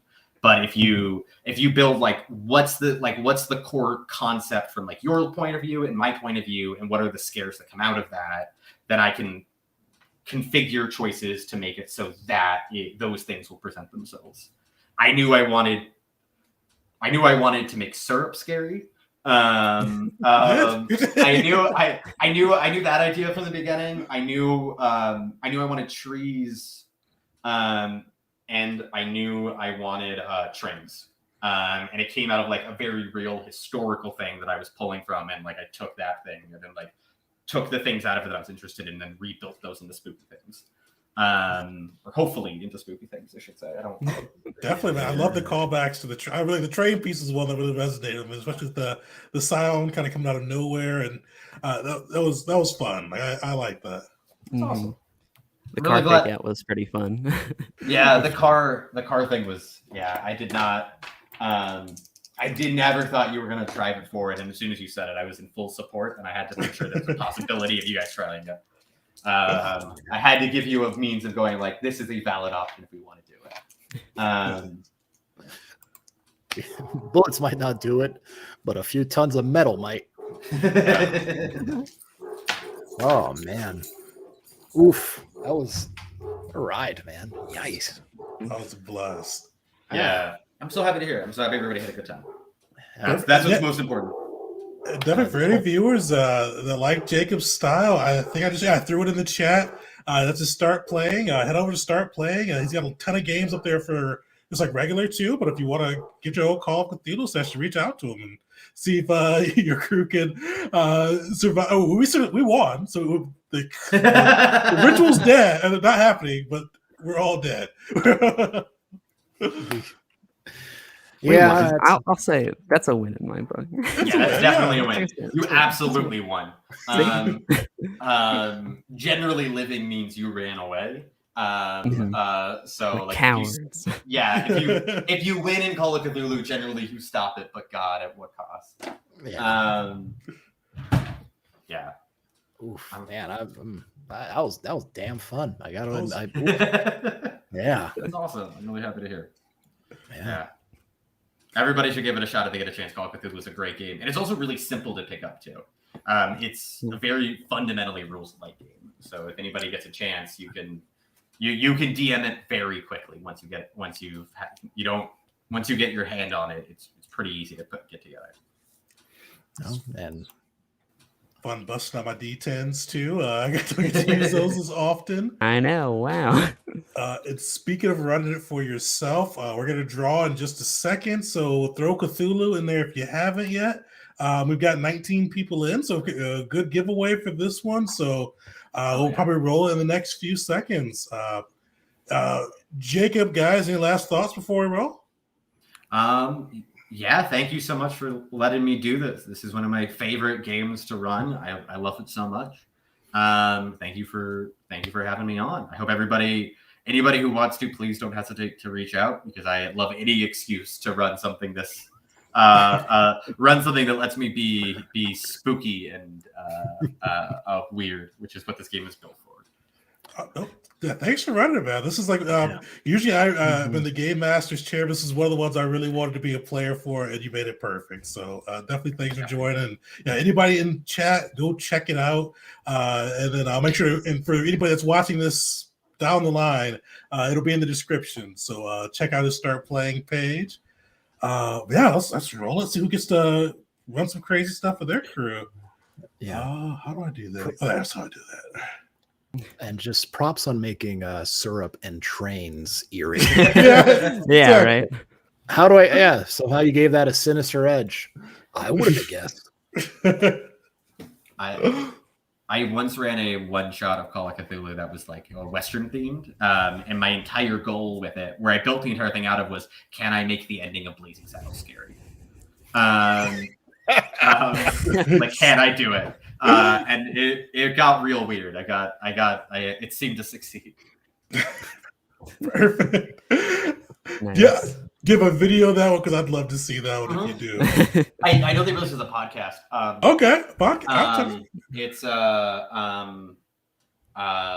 You Had to Be There, I think is the name of the show, where they talk about like D&D and stuff like that. They take tabletop stories, and I got them to do Call of Cthulhu for Halloween like 2 years ago, last year, something like that. Nice. Sweet. So anybody watching this after, so not live, unfortunately, I won't be able to find it that quick, but anybody that's watching this in the VOD, that'll be in the description too.